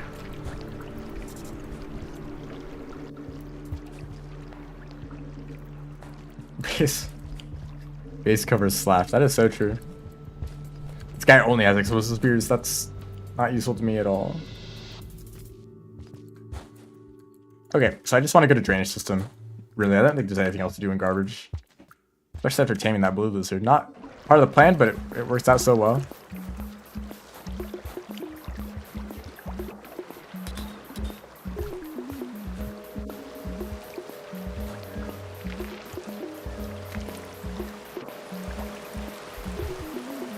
Shout out to people who just pick up an instrument and play it for their entire life. Like, damn. You are very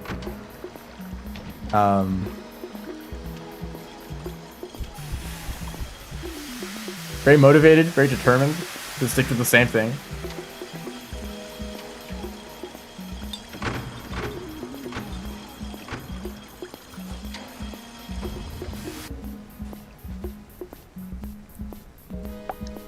Yeah, I like I like the lizards.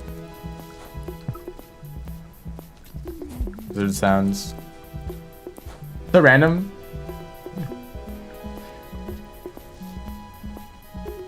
I mean, I was listening to this guitar player. I'm like, wow, this song is very good and also very difficult. Like that's the kind of person who just like has pretty much only like they have one hobby and it's like practice guitar. Like I can't imagine doing that. Even like I guess like Rainworld, I guess I've played it for like over 2,000 hours, but like I haven't even mastered it, right? That's like 10,000 hours, right? 10,000 hours of like deliberate practice, so it's more like 20,000 hours. Like damn, that's a lot of Rainworld, and Rainworld is incredibly has a lot of content in it, right? If it's like an instrument, like obviously instruments have a lot of, like, and music in general has a lot to it, but just that one music, just that one instrument, and just like you must really like playing that instrument if you can play it for that long. What are we doing here? We want a Vista Point. I don't know where the Vista Point is. It might be this way. We need to go to outskirts. And that's it. And I think I want a shelter to lock in the tame. Hell yeah.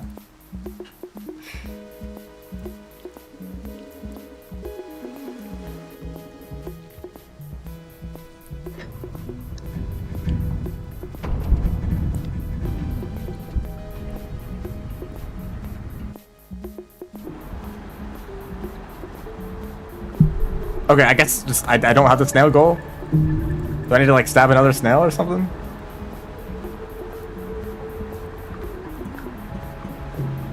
It's funny that passive progress is actually a time loss.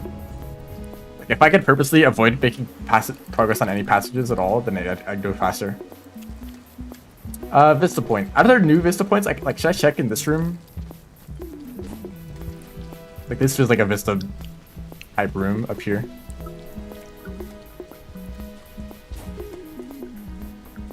Stratton base game 100%.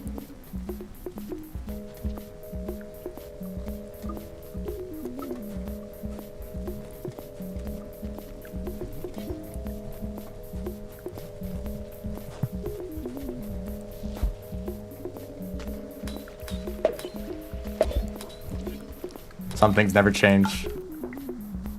Yeah, thanks to how many pros have I given to the scavengers? Like 3 or 4? And they're still throwing stuff at me? Okay, there's nothing up here. And it'd be kind of mean to put something over here. Okay.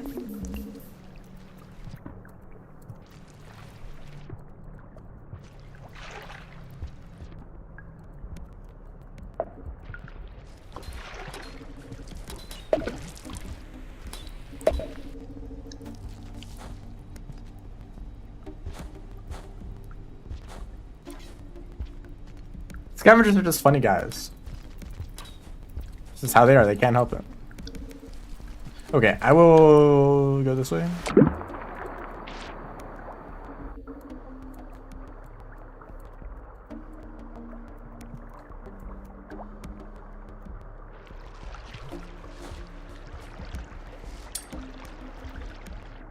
I'm not quite up to date on the reveal it any percent tech. I think you take this route. Actually, I feel like there's like been a lot of time saves in that category, and I just like I feel like when I did my run, it was like already pretty optimized, so I don't know what's new. I think I did rock skip.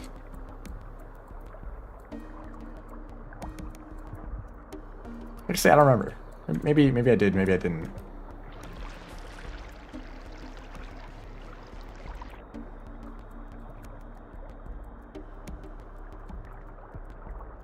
I think the room that I just passed had a Vista Point. The one after this room.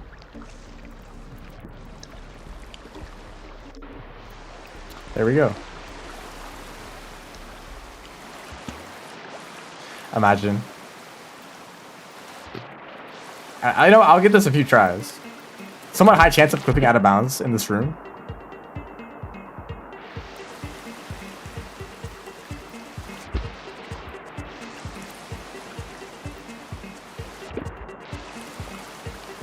easier from like this platform. Oh, there we go.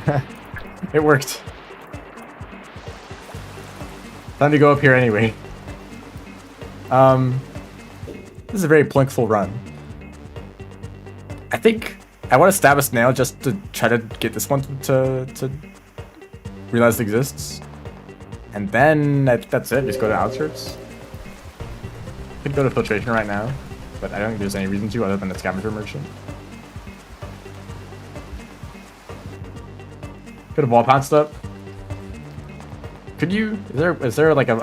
Can you get high up enough to start the chain?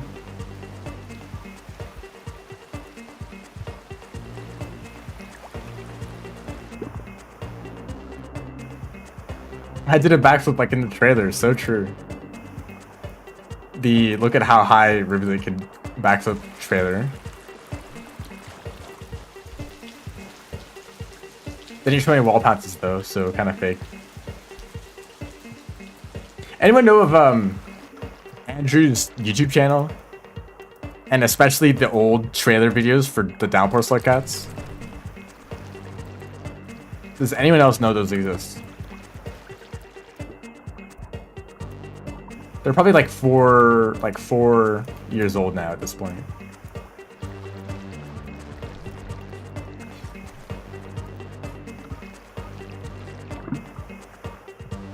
So I actually remember what happened. I think Gourmand is in Sunken Pier. Artificer, where's Artificer? There's Artificer and Garbage Wastes. Is there even one for Artificer? I know there's one for Rivulet, and they're in. Shoot, I forgot. I like knew like 10 seconds ago. Rivulet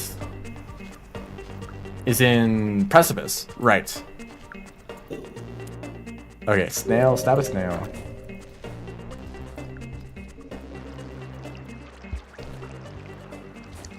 Some piano covers too, that's true. One of them was pictures of the past. Please have any accuracy at all. Okay. I just need to stab one extra snail for it to count. That's a kind of a bug, but it's with a crash, so it's hard to know what's going on there. Let's get out of here. Hey, this is a drainage song. It's like I'm in drainage system or something.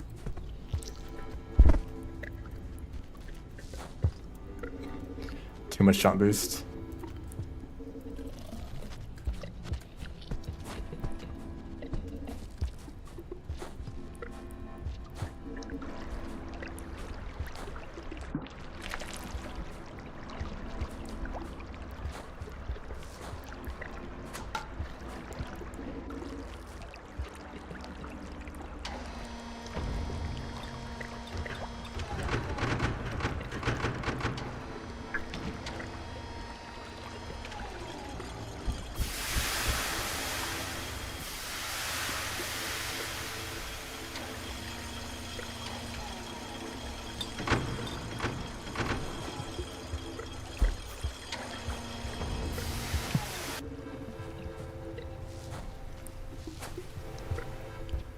Right, you go too high if you do that, yeah, jump.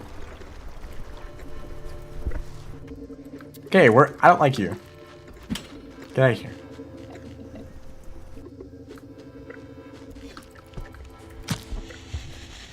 Oh, right in the head. Okay, here in Outskirts, I can lock in 2 goals now. 3 goals, actually. Are there Noodlefly eggs in Outskirts for Riv? I don't think so. They're for, like, Spearmaster. I can try to befriend a Squicada. You know what? I'll give it that a few tries. Don't die to the Kelpin instantly. I'm bad. Don't think there is. What did I say? Why did you both of you just say that? I immediately forgot what I was talking about. Get back here. Oh, Noodlefly eggs, right. I gave you a Batfly. Please respond. Nice one. Nice trick.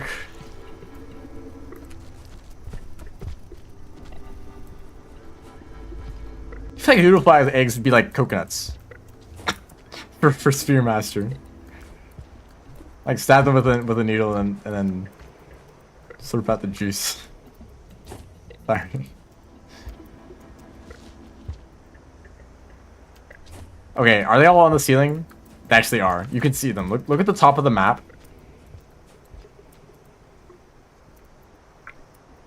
Oh, am I not high enough? There's one. There's the cicada.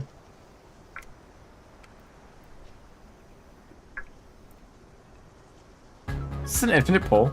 It is. Well, I'm not befriending these guys. But this is honestly a good place to do it, so I'm going to help her and try again next cycle. Get out! Oh, goodness. That rock. Thank you, rock. 9 times out of 10, I would have missed that rock, but this one time we're chill. Rip stream. Actually, the stream looks fine. And I was having issues. Internet exploded. We love consistent internets.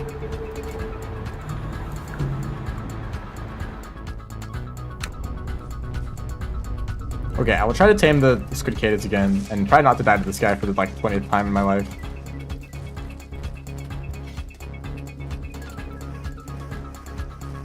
And it's gonna take a while for the Baptizer to show up. I'll eat these fruit first. Upload a stable but not download? It is the exact opposite for me. You like pretty much all the time my download speed is very good. And every once in a while the upload speed just goes down to like less than 1.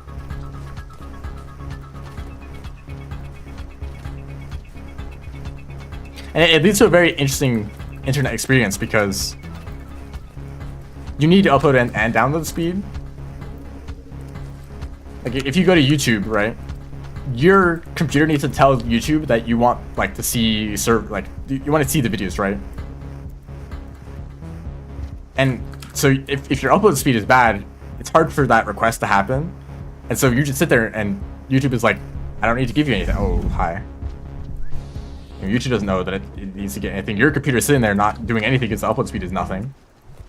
And then when the message finally does get across, it's like, oh, you want videos? Here's all the videos, and they all load up instantly, right? Because the download speed is still good.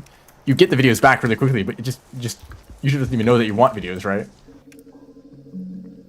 And it leads to a lot of really strange stuff when you're loading in stuff on the internet.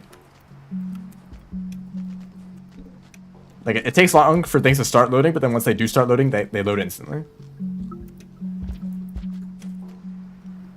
But of course, for live streams, upload speed is a lot more important, so it breaks much faster. But usually, I'm still able to see the chat. It's not like the internet is completely gone.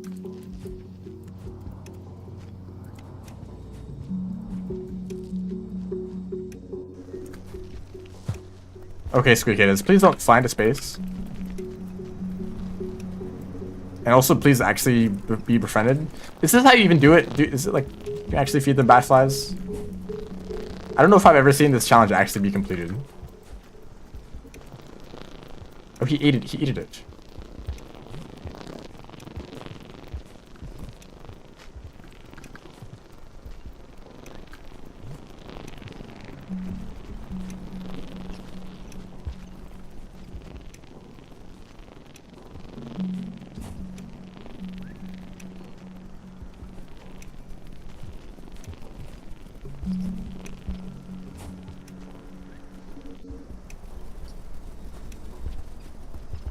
We'll bring it to a shelter. That might be easier. Is this guy flying into space?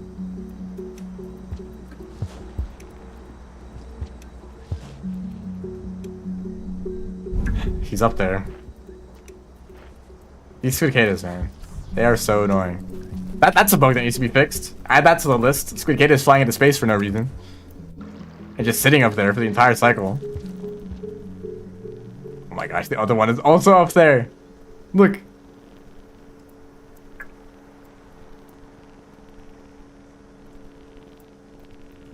I really can't get them now. There's like no cicadas available at all.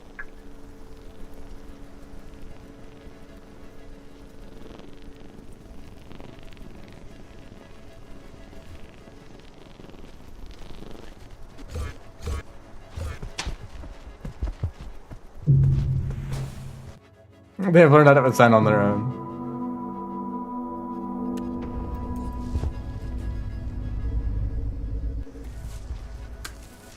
Whoops. Don't kill me.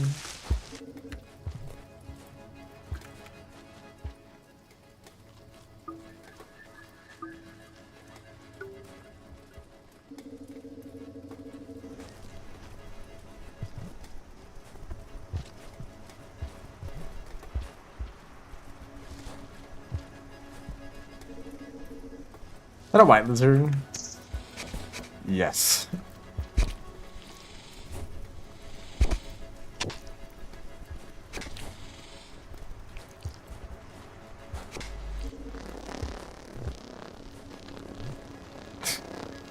Okay, no,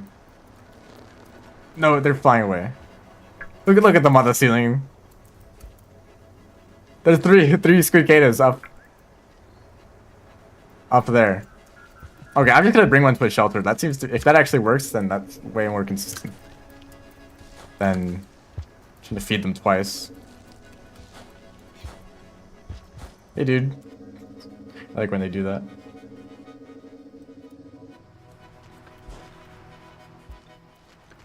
I do need food, of course.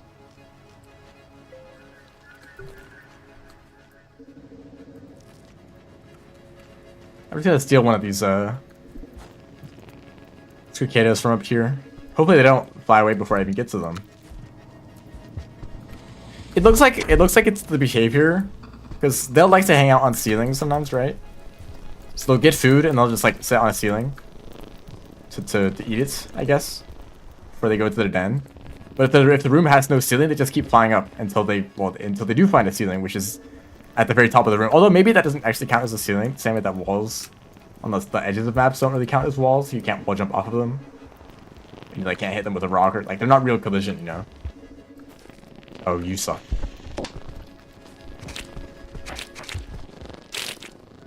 They're not real collisions, so their AI doesn't think that they're hitting a wall, so they just keep flying up and up for the rest of the cycle.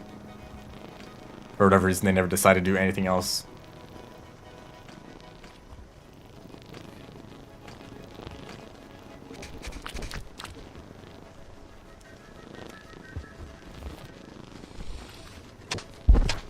Oh, nice jump. He's picking up all the spears. Oh, nice.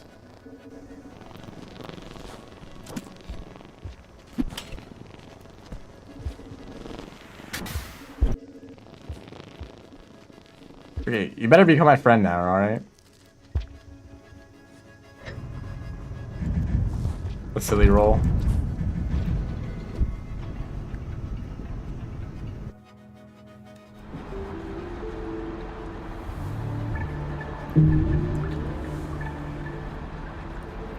Whose idea was this? To have a challenge that works with like a half-baked reputation system. Oh, it was your idea? For real?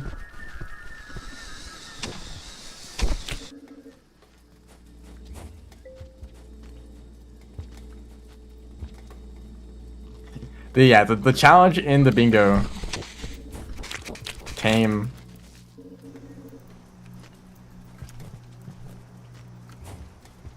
Oh my goodness. Rivulet is very slippery sometimes. I know that all the time, but sometimes it doesn't matter.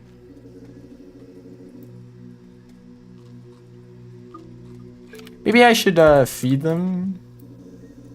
I'll bring you a batfly and then sleep again.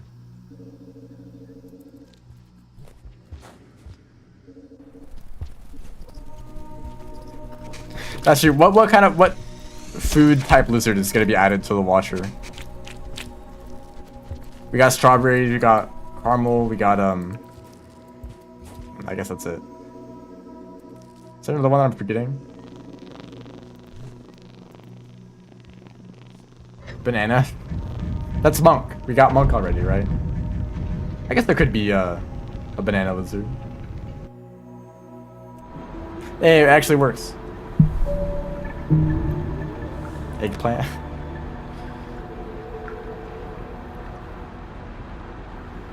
Okay.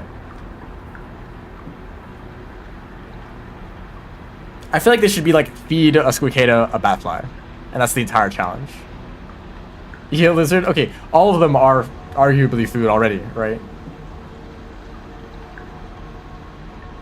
This is Chimney Pearl. This is Bring a Neuron to Moon. Noodlefly. I think I will compromise here. I don't think I want to finish this entire board, because this requires to go to farm raise to complete these two goals. There's also this one. Maybe I do all of them except for these three. So no Black Cicada, because I can't go. If I could go to Sky Islands, I would be very happy to bring a Black Cicada from Sky Islands to Exterior. But without this, I have to bring like the Black Cicada from here in like outskirts, right? To go to like an industrial chimney, and then like, that sounds awful. There's also the point farm raise. Maybe I'll passage back to farm raise. But I would like to go to Exterior. That is always a fun trip to make as Rivulets.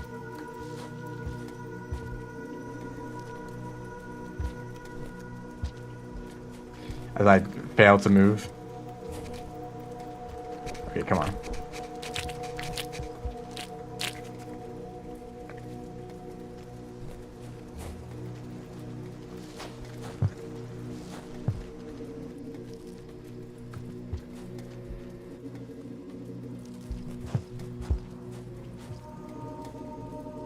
Mint lizard? There's already so many green ones. I mean, I guess there's green and eel already. But I guess there could be some variation in like the body color too, because most of them are like black body with a colored head, but like the salamanders can be different. But those are the only ones that have any variation. I guess the caramel lizards too.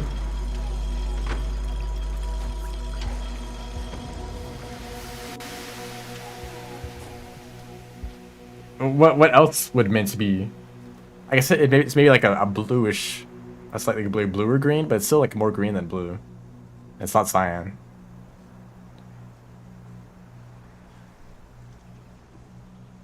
Alright, good luck with that. Thanks for stopping by. I think I only care about going to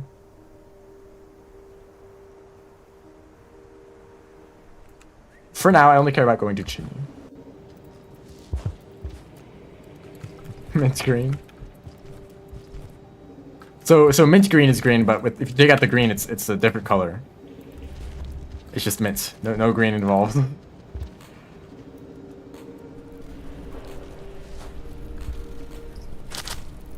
Excuse me. Oh boy.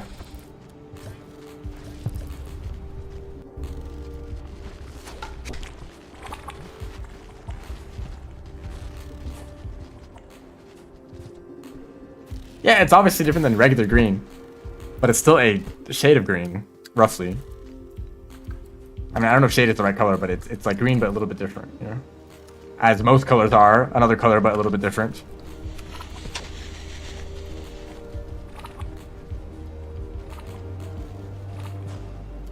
Oh, if I did a second wall bounce there? Yeah, that's actually a pretty good chain, if I did it correctly.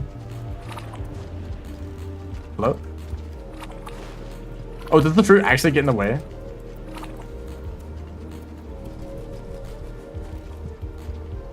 And honestly, they don't even need to have entirely separate colors. Like, blues and cyans might as well be the same color, with a little bit of variation.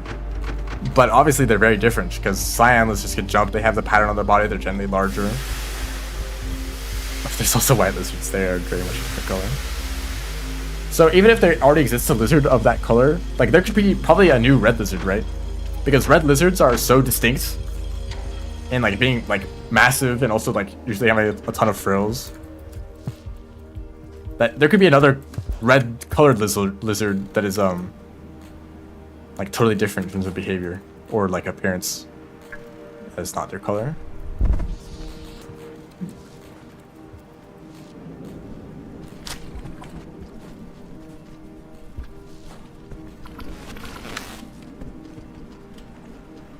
As much as I think that the Watcher DLC will probably be an entirely new area, I think there's a high chance of there being some similar creatures. As cool as it would be to have like an entirely new set of creatures, I don't think that's realistic, or that it would make sense in the lore of the game.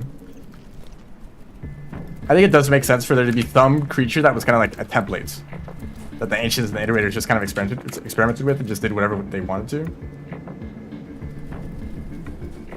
So lizards were probably like the default creature, because the Iterators themselves mention lizards quite a lot. Well, maybe not a lot, but more than like anything else, really. More than any other creature. I guess Moon mentions like the Sluggas and the Scavengers too, but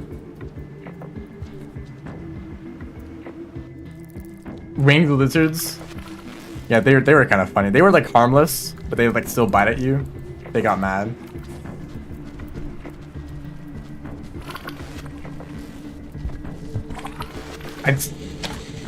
What? Did you see what happened there? I slid into the wall, stunned myself, and then proceeded to miss both the spear and the rock as I was trying to throw it directly at the lizard in front of my face. That's sick. Anything changes for Survivor? I can imagine that there might be a few minor quality of life changes as well as bug fixes. I don't think any— oh, I'm back in Outskirts. But Outskirts or Survivor is probably going to stay exactly the same otherwise. Very good gameplay, thank you. I'm not trying my hardest.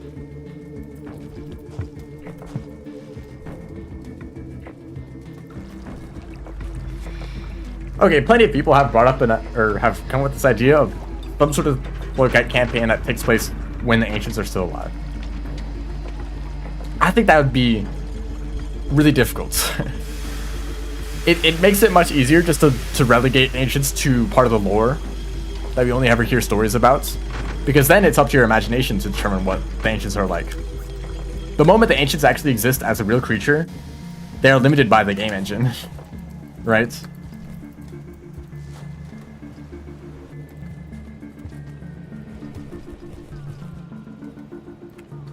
Whatever the devs were capable of making the Ancients in-game, that is canonically what the Ancients are, really. Which might be missing out on a lot. I mean, I guess the Iterators exist, right? But they can kind of get away with, like, the puppets are only, like, a part of the Iterator. Like, the most of them is, like, the structure around them, and they're probably putting, like, 99% of their effort into solving the problem, and only, like, 1% of their effort into actually having a conversation with the Slugcat, right? So that's just a wonderful place for there to be a lizard.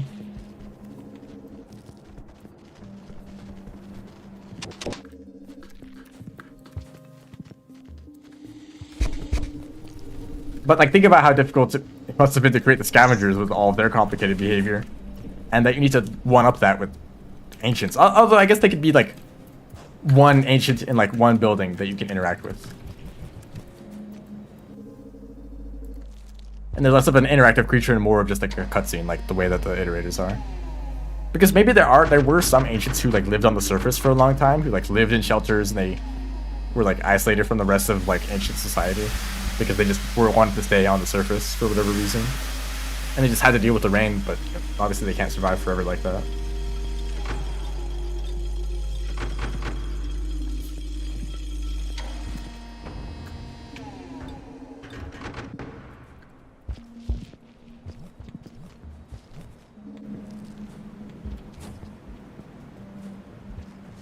I think I need to turn off lag.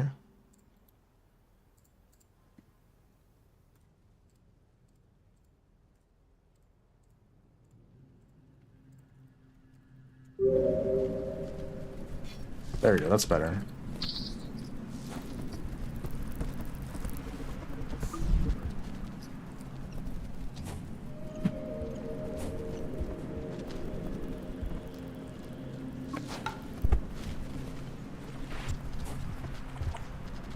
Also, I assume that the ancients are so old. They were so far in the past that everything would be completely different. If we were in that part of the timeline, right?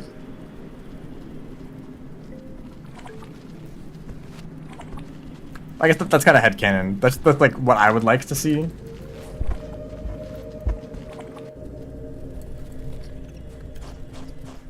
Although I think it does actually say somewhere, like there is a timeline. A lot of the like Pearl messages do have dates on them. There's a video about it. I totally forget what the timeline looks like. So I forget if there's like actually a significant gap between the last Ancients and like when the game actually happens.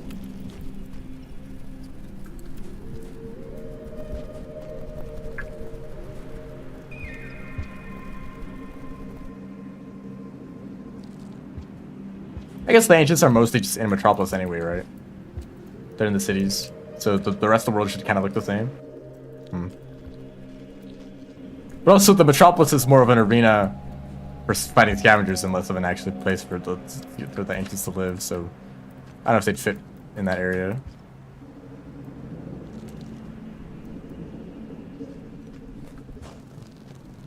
Tubes and boxes, yep.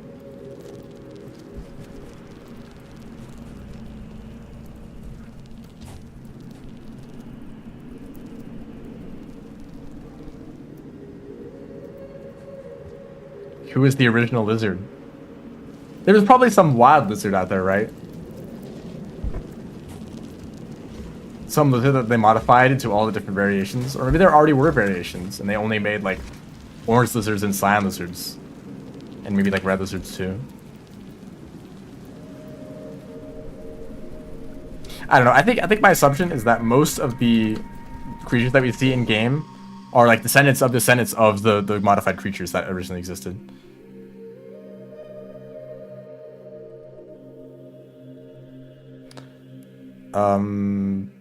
Pretty much just go to Underhang. Or I guess exterior, Underhang specifically.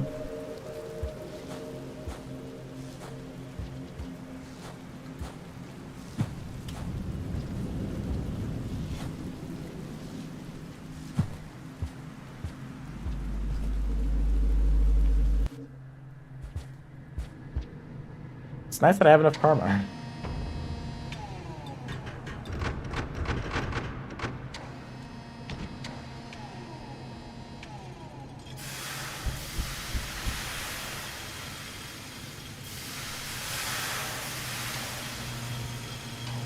I mean, we kind of already have that in real life. Like, bacteria are used in, or maybe not bacteria specifically, but like, they are used in like industrial purposes of like a big vat of just like some like, you know, something. You pour something in and something else comes out, you know.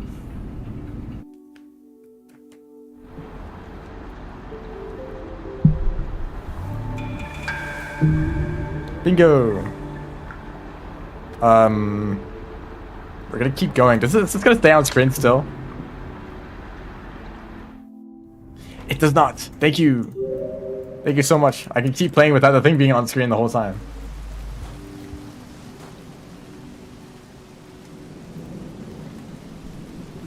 Yeah, bingo mode. The bingo mod is basically just an extension of Expedition. You have all these challenges, like collecting Vista points, or hitting creatures with like certain weapons, getting echoes, delivering neurons to Moon, collecting pearls, you know, all of these, and they're just on a board. You could either try to go for a bingo, as in 5 in a row, or you could try to fill out the whole board, or there's also multiplayer, so you can connect with another player and be on opposite teams, so if you complete a bingo challenge, the other team can't complete it. So you can, like, if they're about to get a bingo, you can complete the challenge that they're missing and block them. There's a lot of strategy in that. How are the sets? They are randomized at first. So you just like create a bingo board and all the challenges are set randomly. And then if there's any that are like way too difficult or that are not possible to complete, you can modify them manually. The cheese is made. Yeah, cheese.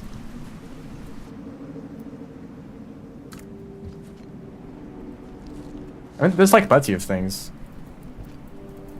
Even like not very industrial.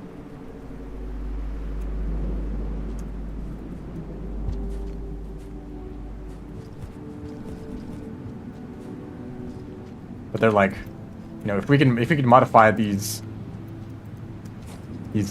like life, this like mush or this like tube thing, to, like create whatever we want, why can't we just make it do other things like be an actual living creature? Any advantages? Not really. I mean, it's a goal, right? Your goal is to complete the bingo. I don't think you gain anything from it in the middle of the session.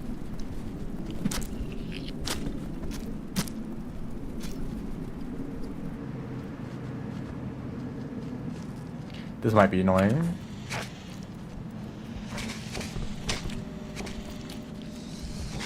Oh man. This one right here. No, he killed me instantly. I was about to fall. I was like stuck in the middle of the climbing pole animation.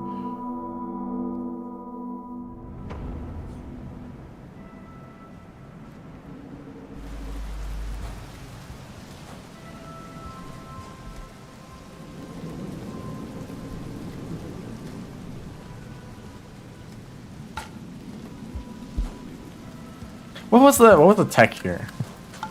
Oh, I guess that's just possible.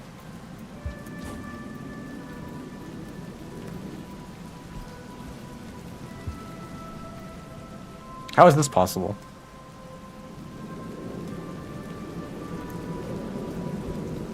Can you get... I don't think you get turn storage on this, can you? Huh. I remember watching someone practice this route and they had some movement that I did not know about.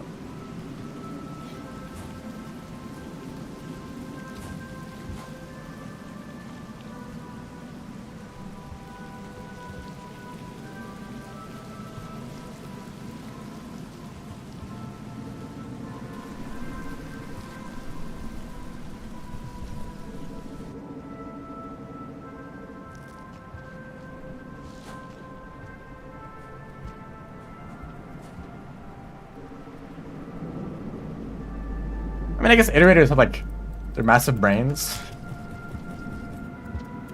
They probably have like some filtering systems in there too. Also very metallic. Riv is a lot of people's favorite.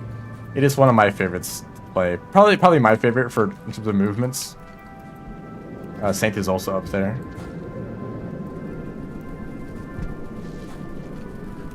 Oops. Ooh, calm down, man. This guy gonna be stuck in the pipe, of course. There's two of them, actually. Yeah, that's chill. Whoops, I meant to do a whiplash, but I missed. It's fine. Will there be a white lizard here again? No, we're chill. Wrong direction. There we go.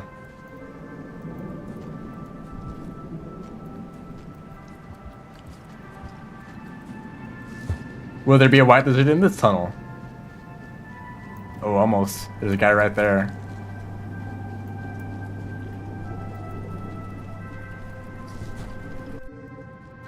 Artie fan over here? Artie is cool. I'm not a fan of fighting scavengers all the time. I generally prefer the movement characters over the combat characters, so Rivet and Saint over Artificer and Spearmaster. But really, each character has so many different like facets to their gameplay. Like, I really like Rivets, but the Rot is not one of my favorite regions. It is kind of low on the list, actually. So doing the actual Rivet campaign can be really annoying. Because you're required to go to the Rot, obviously, as well as all the other Rot-infested areas. The Spearmaster can be fun in isolation, but also the campaign where you have to carry the Pearl can be really annoying too. Limiting her abilities. And also I have a bit of history with Spearmaster that is not my favorite experience with the game.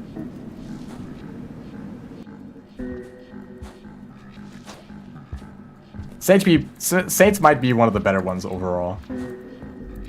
Although the ending of Saint is also not my favorite. I am on keyboard. Maybe you can hear the keyboard a little bit.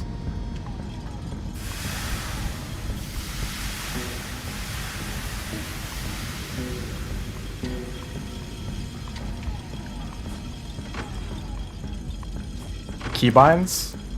I use the arrow keys for movement. D throws, spacebar jumps, shift for grab. A is map. So like W is D for like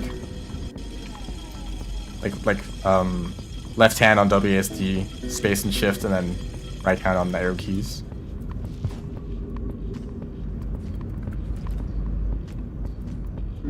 Here the opposite. I mean, I did a stream where I randomized my control scheme, and I beat the game with those controls. It did take the whole stream, but I really do think controls are kind of irrelevant as long as your hands and your fingers can actually reach all the keys comfortably. You can pretty much do whatever. It's all muscle memory at that point.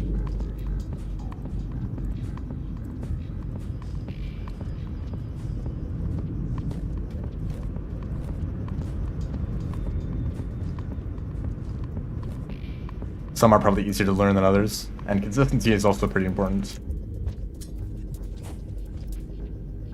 Just like use the same control scheme over and over again to get used to it, and also like how comfortable it is. You don't want to have your hands like stretched out across the whole keyboard. That's obviously not great. No, I only randomized my controls at the very beginning of the run. I kept it the same for the whole thing. I wanted to actually be able to learn it a little bit and develop at least a little bit of muscle memory. If I reset it every single cycle, then I would just be foaming around the whole run.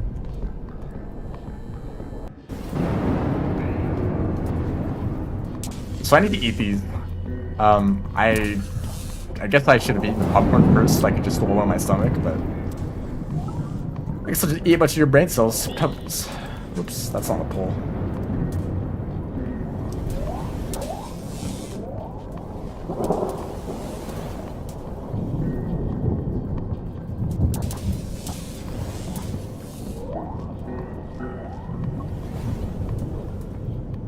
If I've ever been on screen. Also, is this the same room as that one room in Saint? Where it's a really hard jump unless you have the flying ability? This must be the same room, right? Or at least a very similar looking room. Hello, more neurons, please. Thank you. Oh, almost. A bunch of them came real close. Oh, there's the last one that I need. Do I have anything in my stomach? Oh, I think it might be the bomb. Right. So I have a bomb now. From the scavenger that I was going to trade with.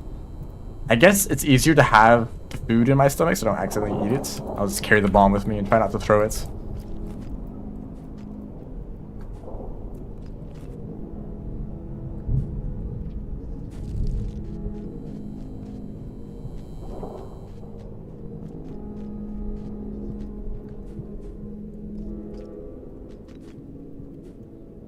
As much as I like to complain about Downpour, as well as some other members of the community, the best thing that it does by far is take the same world and show it to you at different points in time. That is so cool. And it's not something that I don't know if it's like a thing in other games. I mean, sometimes there'll be like a time travel mechanic where it's like, oh, this is what it looks like in the future, but this lets you see the progression of the world over time. Be like, see how the rot changes over time, see how garbage waste is affected by pebbles, see how like the process of moon collapsing, and some regions like Skyland staying exactly the same the whole time. I guess the snow at the end is pretty different, right? But you get to piece together the whole story by actually showing it to you at different points in time and how some different characters are relevant to the story, like Sphere Master and Hunter. And yeah, we're discovering this. I guess Tears of the Kingdom also does that, right?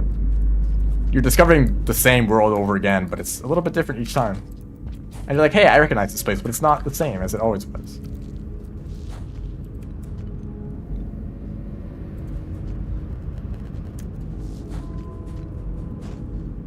And I don't really want to get into this right now, especially with The Watcher releasing soon.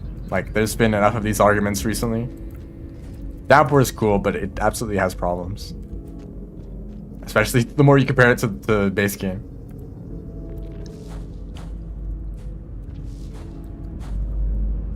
So I think we're done here. I guess I have to go through Underhang if I want to get the this vista.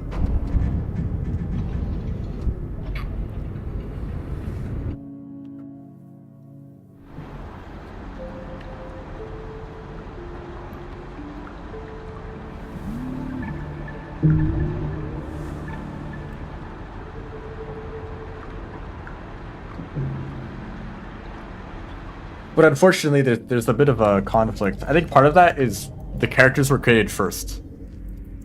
Just the more Slugcats, the whole expansion used to be a mod. And this mod was just the Slugcats. All it did was add 5 Slugcats that you could play as, each with unique abilities.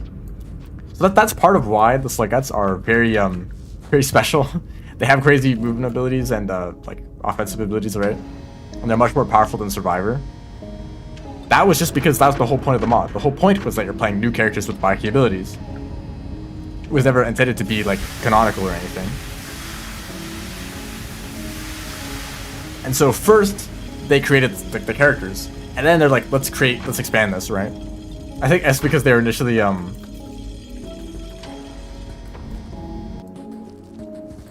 just like trying to port the mod to the more recent version, but they got a little bit carried away adding more content. Like, well, we got to give these characters like a unique storyline. And that means we need to make unique regions, and it just kept on going until we have an entire DLC, right? But they just had to work around the characters as they were already designed. And sometimes it kind of made sense, like, oh, let's give the aquatic Slugcat, let's give them the underwater area to explore, right?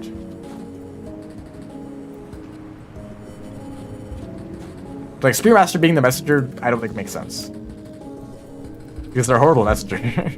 They're like one of the weaker Slugcats.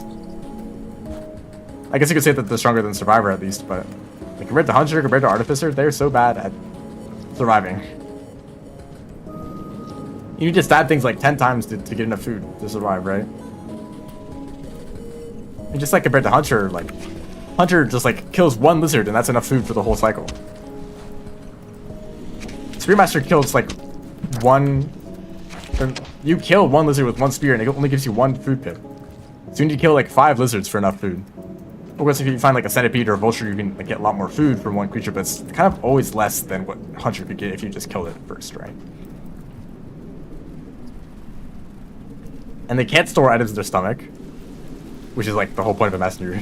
I mean, obviously they can, but it makes it harder, in the process it's harder to remove.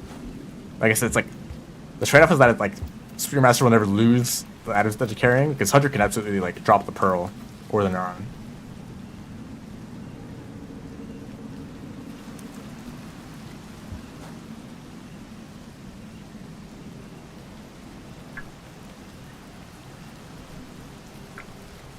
Here, I will leave this bomb. Well, I guess if I'm bringing it to Shaded. No, I need to go to Chimney. Okay, I'm going to do roundabout strategy here. I'll leave the grenade in this shelter. I will come back after I check the underhang vista point.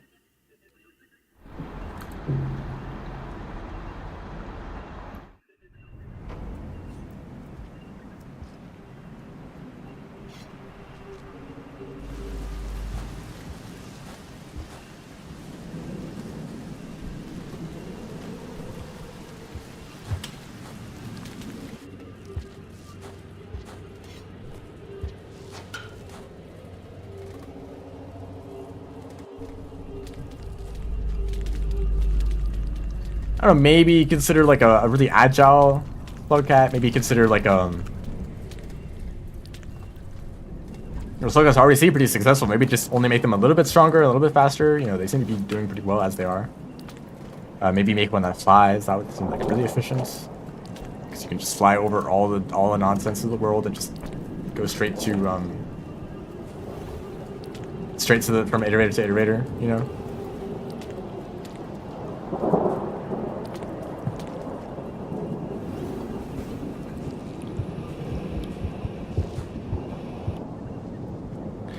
Unfortunate.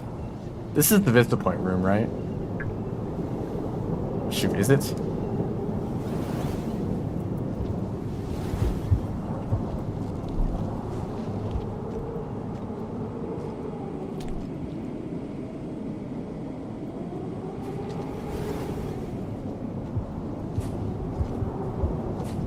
It is, okay.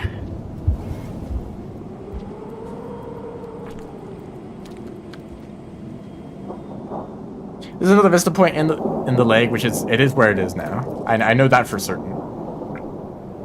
I think it'd be faster to. Would it be faster to go through memory crits? Because I'm gonna go to shaded and shoreline anyway, right? I might as well just like make a quick stop, but I think I'll do that. And I think actually, I'm just gonna die. I don't really need karma. Thank you, camera. Good job.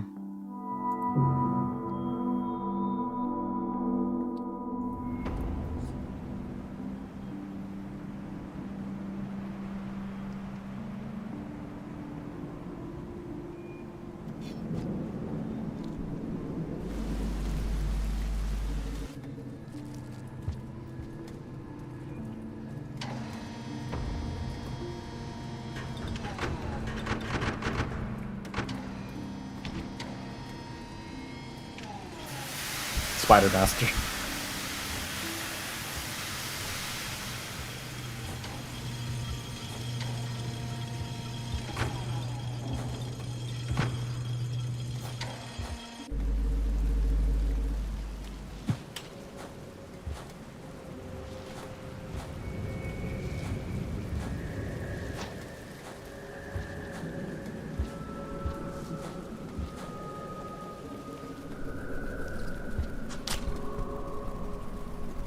Damn. He's still there. He's just sitting there. Just reflecting on his life. Oh, thank you, Blue. You could have just gone down, but thanks for going in that direction specifically. So it's been a little while. I'll try to complete the last two of these objectives, but I don't think I'm going to be finishing this board. I still do want to do multiplayer, so anyone who like sticks around, you have a chance to join the bingo later if you download the mod from the workshop. Where do you have to go? I have to go to Moon. I have to go to Shaded. That's probably going to be the last one that I complete. I could go to Farm Race to complete some of the last few goals. I kind of just don't want to bother.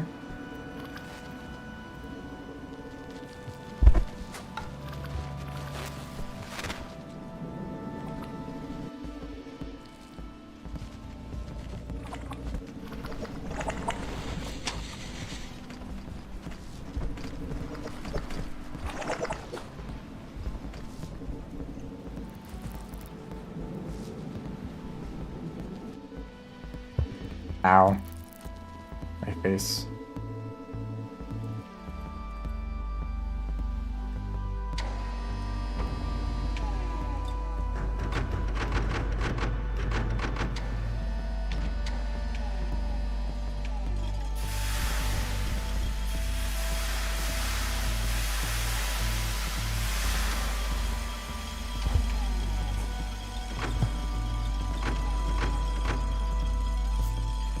No, my movement. Slow cat omelet. That's cursed.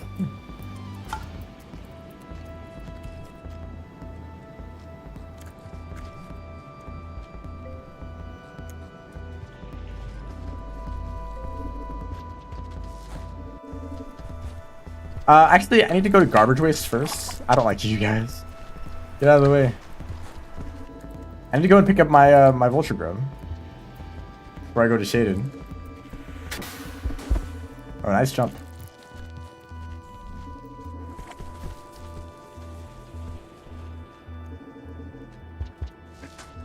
Bad. Hi, pole plants. I don't like seeing you, honestly.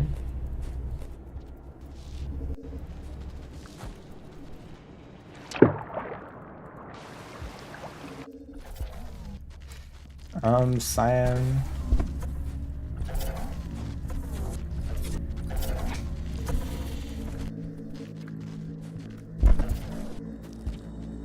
Spooky music. Don't do that.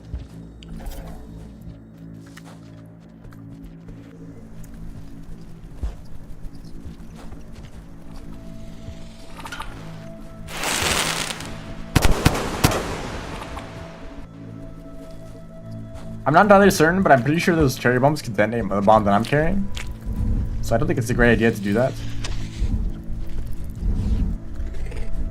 I tried to keep my distance. Slick. Okay, right here. There's a vulture grub. He's survived by eating the grass on the floor.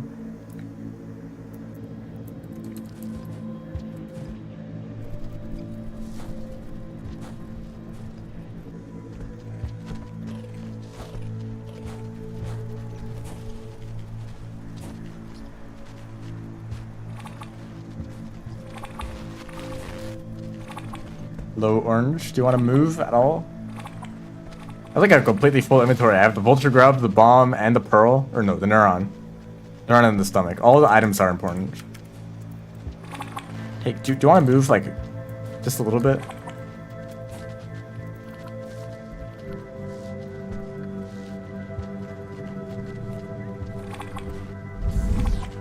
Okay, now... Look, man. I jumped back into his mouth.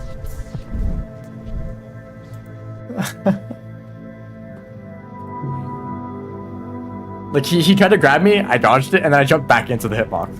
Wow, and now we're back up here. Okay. Great. Scavengers learn to find vulture grubs. Well, they kind of suck at fighting vultures, so I don't think so. The elites probably do. The elites probably know how to do it. The rest of the scavengers are too scared of the vultures.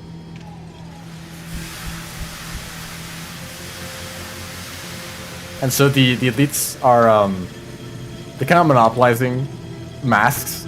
They're the only ones who are strong enough to fight vultures, but that just means that they keep getting more masks and keep like supporting themselves as elites. And the non-elite scavengers can never get access to masks because they are not part of that group. I do wonder where the masks come from though, if they're like natural or if they're synthetic. Like maybe there's some factory somewhere that made masks and the vultures just like all got their masks from that factory somehow.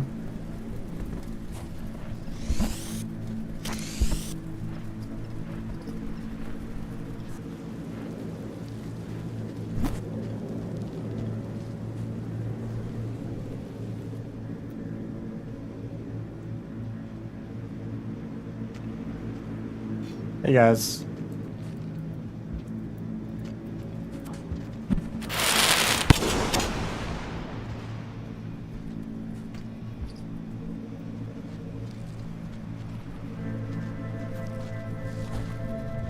Oh, that was pretty nice movement. Oh, you're an egg bug. I thought that was a blue lizard. The centipede was completely hidden there.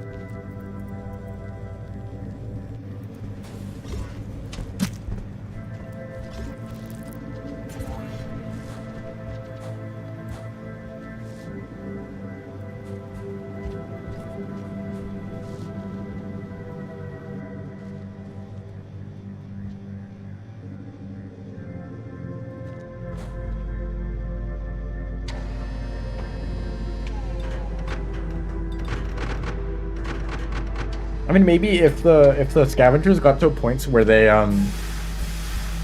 consistently used vulture grubs to summon vultures and then take their mask, maybe the scavenger or the vultures would just learn to not pay attention to the lasers anymore. They would no longer be summoned by the vulture grubs because they knew that it would just lead to their death, or at least their mask being taken. I think there's any way for a vulture to get its mask back, right, after you take it. A demasked vulture is always a demasked vulture until it dies. In which case it's not, it's dead. Wow, you really suck at being a lizard. I tried to slide into that pipe and I missed, and the lizard just sat there.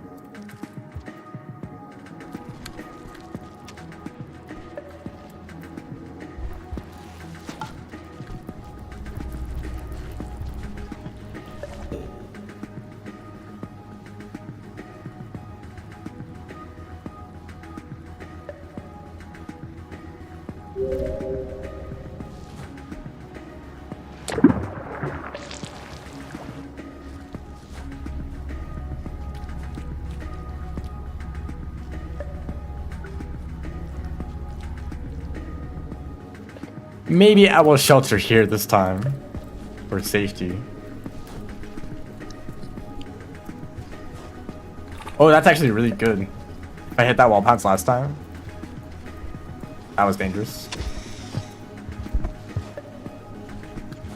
Don't underestimate pink lizards. They are very spooky. They will eat you, given the chance. Maybe there's a wall bounce here. I could do like something like this. I guess so. Not really. No, it's not very good. Probably better just to maintain your speed going into that room. Anyway, I'm going to shelter here. Kind of running out of time to do the whole bingo thing I was talking about. How many people in the chat right now would like to join? I want to know what the group would be like.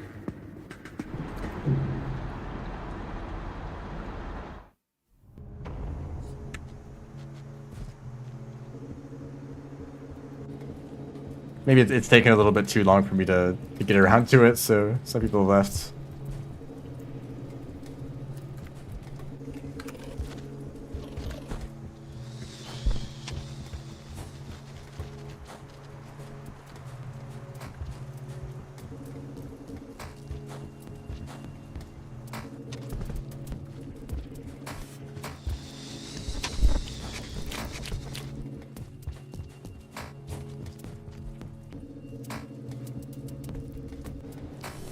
The fastest path through that room would probably be pointing all the way up to the top in the water room. Oh, here's a vulture grub, so I didn't need to do any of what I did previously. That's wonderful.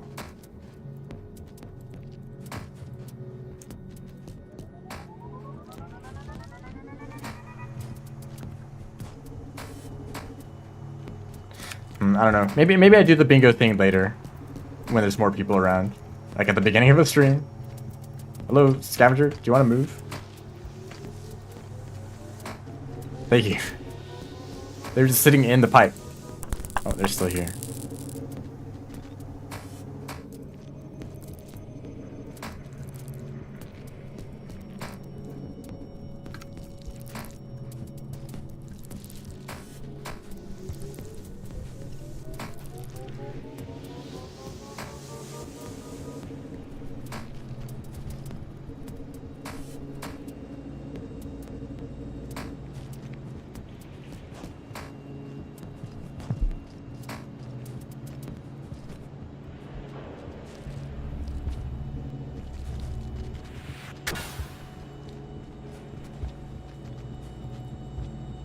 You know, I'll probably do that. I'll maybe a Friday.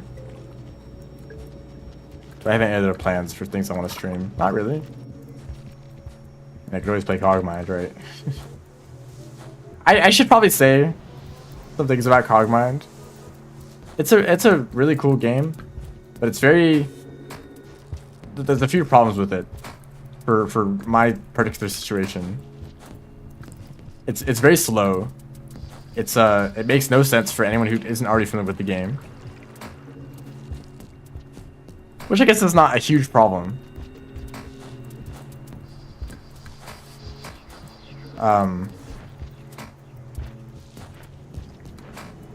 That's not a massive problem. Like, there being less viewers because people don't understand the game. Maybe some people do like try to understand the game. They stick around for longer. I also know that some people show up to the stream because they know the game, even if they don't know my channel. I feel like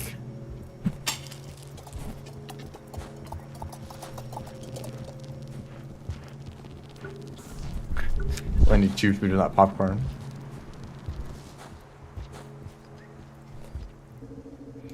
It's also just it's very slow for me. I feel like I'm a little bit pressured to like try to get moving. You know, I could sit around and like try to like think like what is the best approach for the situation and sit there for like 5 minutes to figure out what to do. The answer is always I don't know, because I'm bad at the game. And like an entire run takes like the whole stream, right? I've basically streamed the game twice and I've done 2 runs. Was there a run where I like died really early and I did a second run? Maybe that happened once or not? Once or twice? I don't know.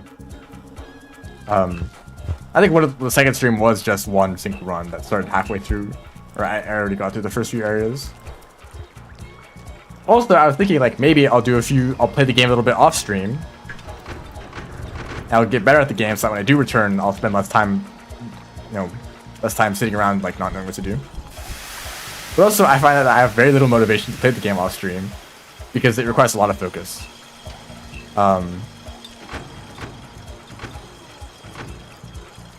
And maybe that's like a few problems combined together. Like I did not struggle to focus on Nine Souls. I wanted to play Nine Souls, and so first it was like the only thing that I wanted to do. I wanted to play the game. I wanted to stream it again, and after I finished streaming it, I just played it again off stream.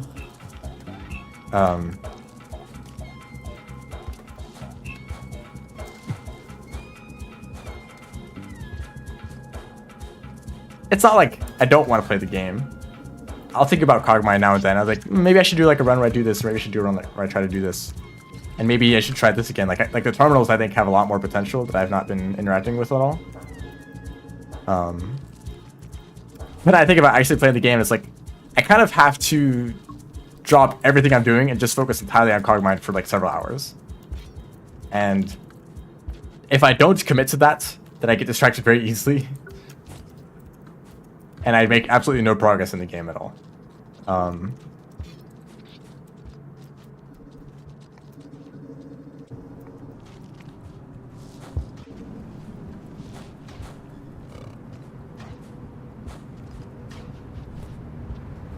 So, oh, what are you doing? Dude thinks he's special? Standing up there on the top of the pole?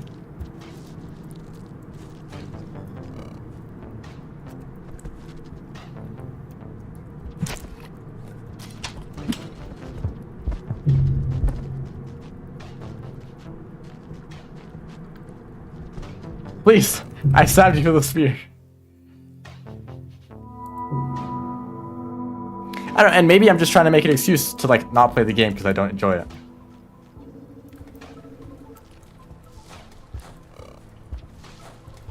Because, I mean, I guess I've also heard that Cogmind is maybe not the best thing to introduce you to roguelikes. So it's not Cogmind, or it's not like I don't like the roguelikes in general. It's that Cogmind is not the most approachable game. But also, I don't know if I want to get like into an entire genre that I'm like not entirely interested in the first place.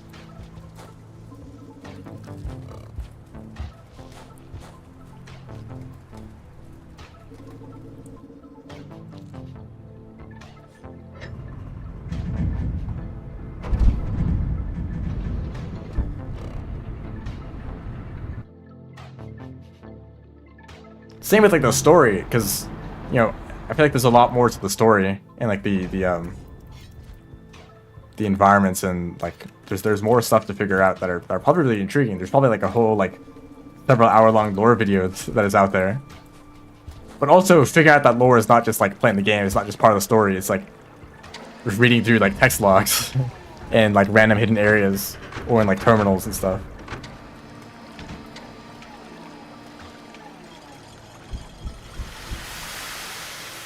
I feel like sometimes the way that I enjoy a game's story is not by playing it. It's by playing it and then watching a lore video about it. But by playing it first, I have better context about like what I'm actually seeing.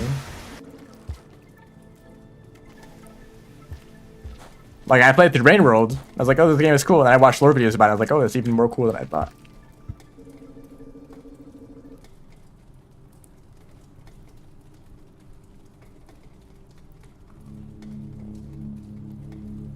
Sorry. Splatterbase actually wants people to play it.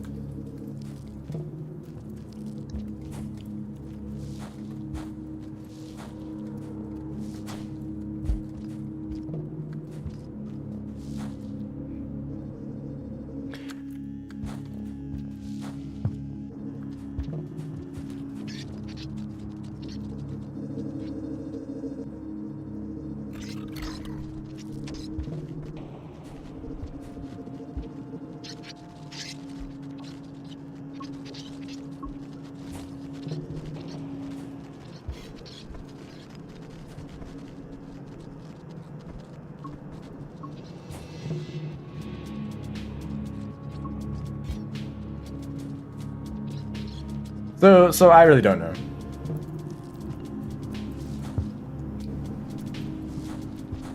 And well, actually, the dates that the Watcher releases is on a Friday, where I would normally be streaming. But I don't think I'm gonna be streaming the Watcher. So do I not stream at all, or do I play some other game? I'll probably be a little bit distracted, so I don't think I'll stream on that day.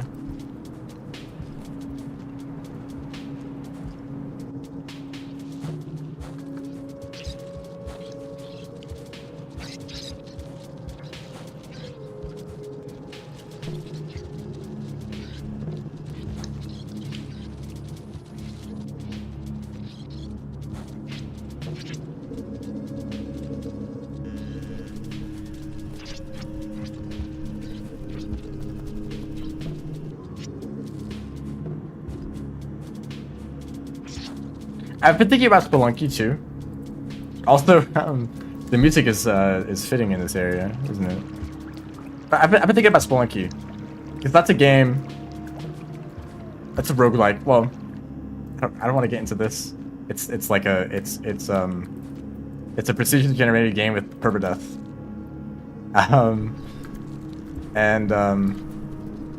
I really like Spelunky too, specifically the second game. I have not played the first Spelunky, but I also know that it's pretty much a similar level of quality. Some people say they like the first one like more, some people say they like the second one more.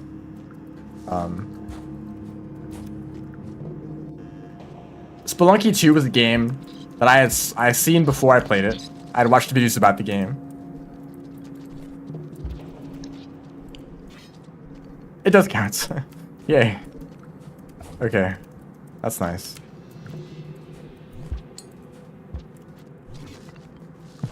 I had seen videos about the game, and I finally was like, you know what, I'm just gonna play this myself. And the next like week or so, maybe probably several weeks of me trying to beat the game was like one of my more enjoyable like video game experiences. Of just saying like, here's a challenge, I want to overcome this challenge, and the process of learning that to overcome that challenge was a very fun experience. And eventually like getting all the endings too, which is so difficult, but also like the process of like getting more familiar with that game and like learning like muscle memory and like how to deal with certain scenarios and such. What a great game. And I was thinking like, if I, you know, like there's not much to Spelunky other than the gameplay, right? I would kind of be missing out on all of that by just like not playing the game and just watching videos about it, right? The experience of actually learning the gameplay, learning how to like improve, right? And I guess not just learning about how to improve, how to like actually just improving, just playing the game and like improving my skills. I guess maybe that was part of what I was thinking with Cogmind.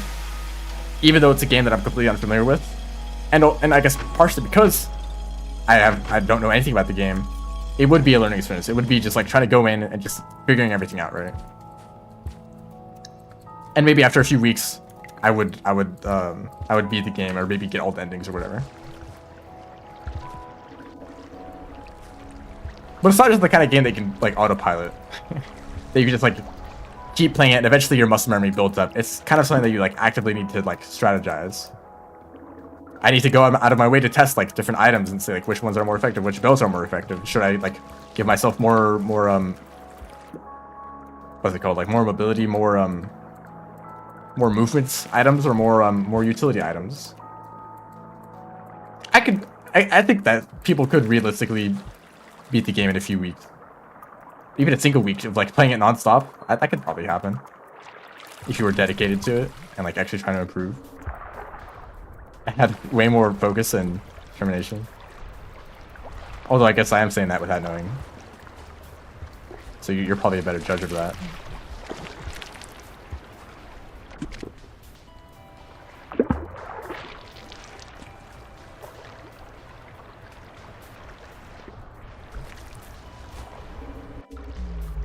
I guess it's kind of hard to have, like, there's not really any immediate feedback, right? There's a lot of situations that are just kind of like slowly winding out of control until you eventually get overwhelmed, right? And then you die like 20 minutes later because you're able to just barely hold on, even though you're like falling apart. That's what happens in that game. Like, oh yeah, I'm dead in this run because I'm being completely overrun by enemies and I have no items. But what mistake caused this to happen, right? What were the decisions that I made that led to this happening? And the thing is, I don't know. I have no clue. And maybe someone more experienced could say like, oh, you shouldn't have fought that enemy there. That was pointless, and you should have just left this area, or you should have explored this area more for more items. Like, I have no idea, and that was a mistake that I made like an hour ago that is having consequences now. Or maybe that's not how it works, and I'm overthinking the way the game works. Spelunky, Spelunky is like, oops, I slipped off of this platform and I died to spikes. Don't do that. You know? The feedback is instant, and you just gotta autopilot, just play the game a whole lot, and eventually you'll get used to not falling into spikes, right? Eventually you'll get used to not like running into dart traps and dying to like, or getting hit by spiders and bats and snakes and pots, right?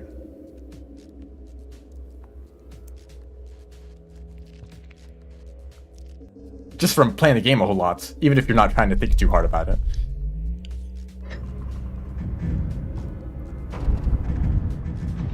I think that one of the bigger ways that I improved at Cogmind was playing a run and then playing it later while thinking about my previous run. Be like, you know, if I did this, maybe that would have been better. Maybe I could have like done this differently, you know.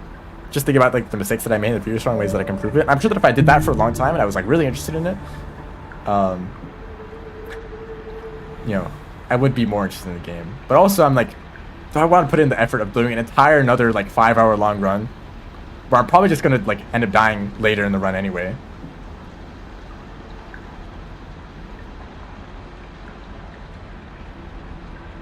Because when I'm thinking about it, I still don't know how to do those final areas, and maybe I just need to get back there, right? I just need to do another run, try in those like later areas. Not even later, they're probably like the middle of the damn game. I'm struggling with, you know, not even the hard part yet, but it just feels like enemies get stronger than you're able to keep up with. I think actually one mistake that I made was relying a lot on cannons, and cannons have a very high rate of destroying the items that enemies drop. So I was not able to recover the items that I was losing because I was destroying everything. Same with explosives, I think, right?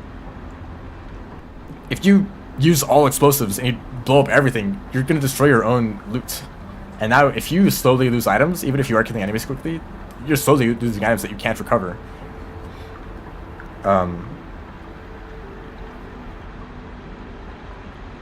It's like, are cannons just bad? Like, I don't think so. Maybe if you really need to kill an enemy quickly, they're the best option, but maybe like some sort of mixed strategy where you, if you need new items, but also maybe it's like, you should just explore more and just find items on the ground to pick up.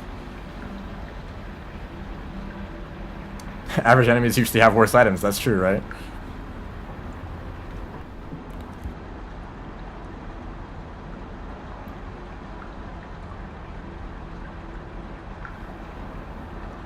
Time to do another 5-hour run to test that theory.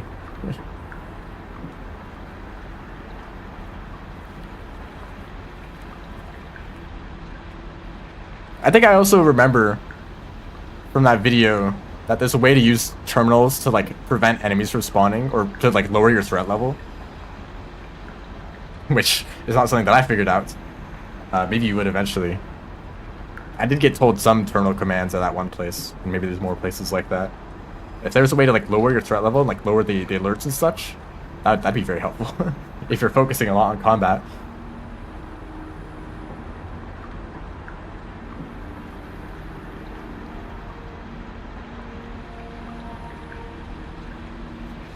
Anyway,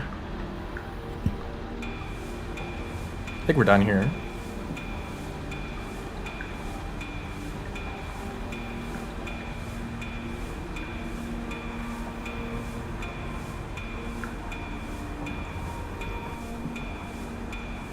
Oh, it's still going.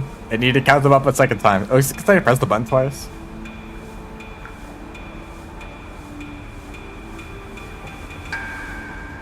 Why did it need to do that? Anyway. Friday, I think, next stream, I will do multiplayer specifically. I'll schedule the stream in advance so that people have time to prepare. And maybe I'll also go into like one of the Discord servers I'm in and just like ask people if they want to join, and we can see how many people we can get into one bingo game. I kind of like the idea of like having like a massive like 10x10 board and just having like 10 people work at it. That'd be kind of fun. Or maybe I'll like try to set up teams. Maybe if I assign the teams randomly and have it be like a, you know, one big team against one other big team.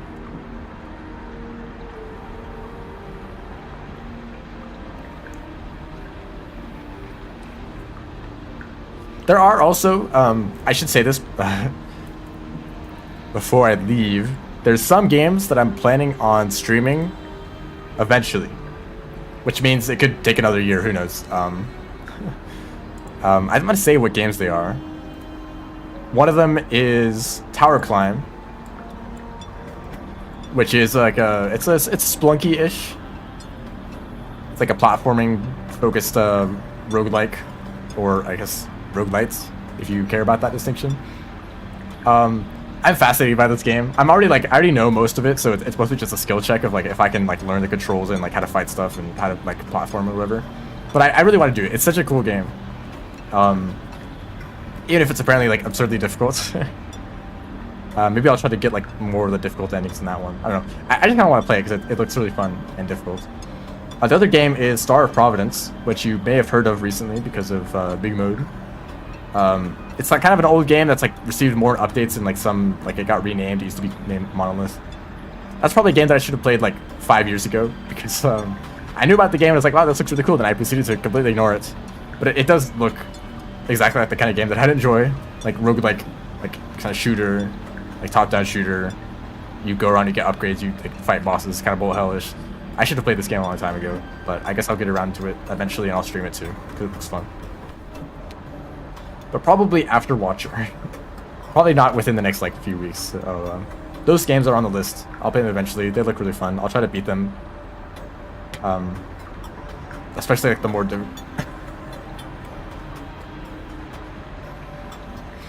difficult like endings. As little as them. I mean, I know Tower Climb has like a very difficult like chain of events that you can try to do. I think I want to try to do that. See how long that takes. Star of Providence also like bullet hell, so obviously that's going to be interesting. And there's still some other small games that are, you know, secret games that are on the list. Maybe I'll play one of those in the next few weeks before Watcher. That'd be kind of funny. And definitely before Airframe Ultra. But yeah, thanks everyone for watching. Show up for bingo on Friday. Yeah, see ya.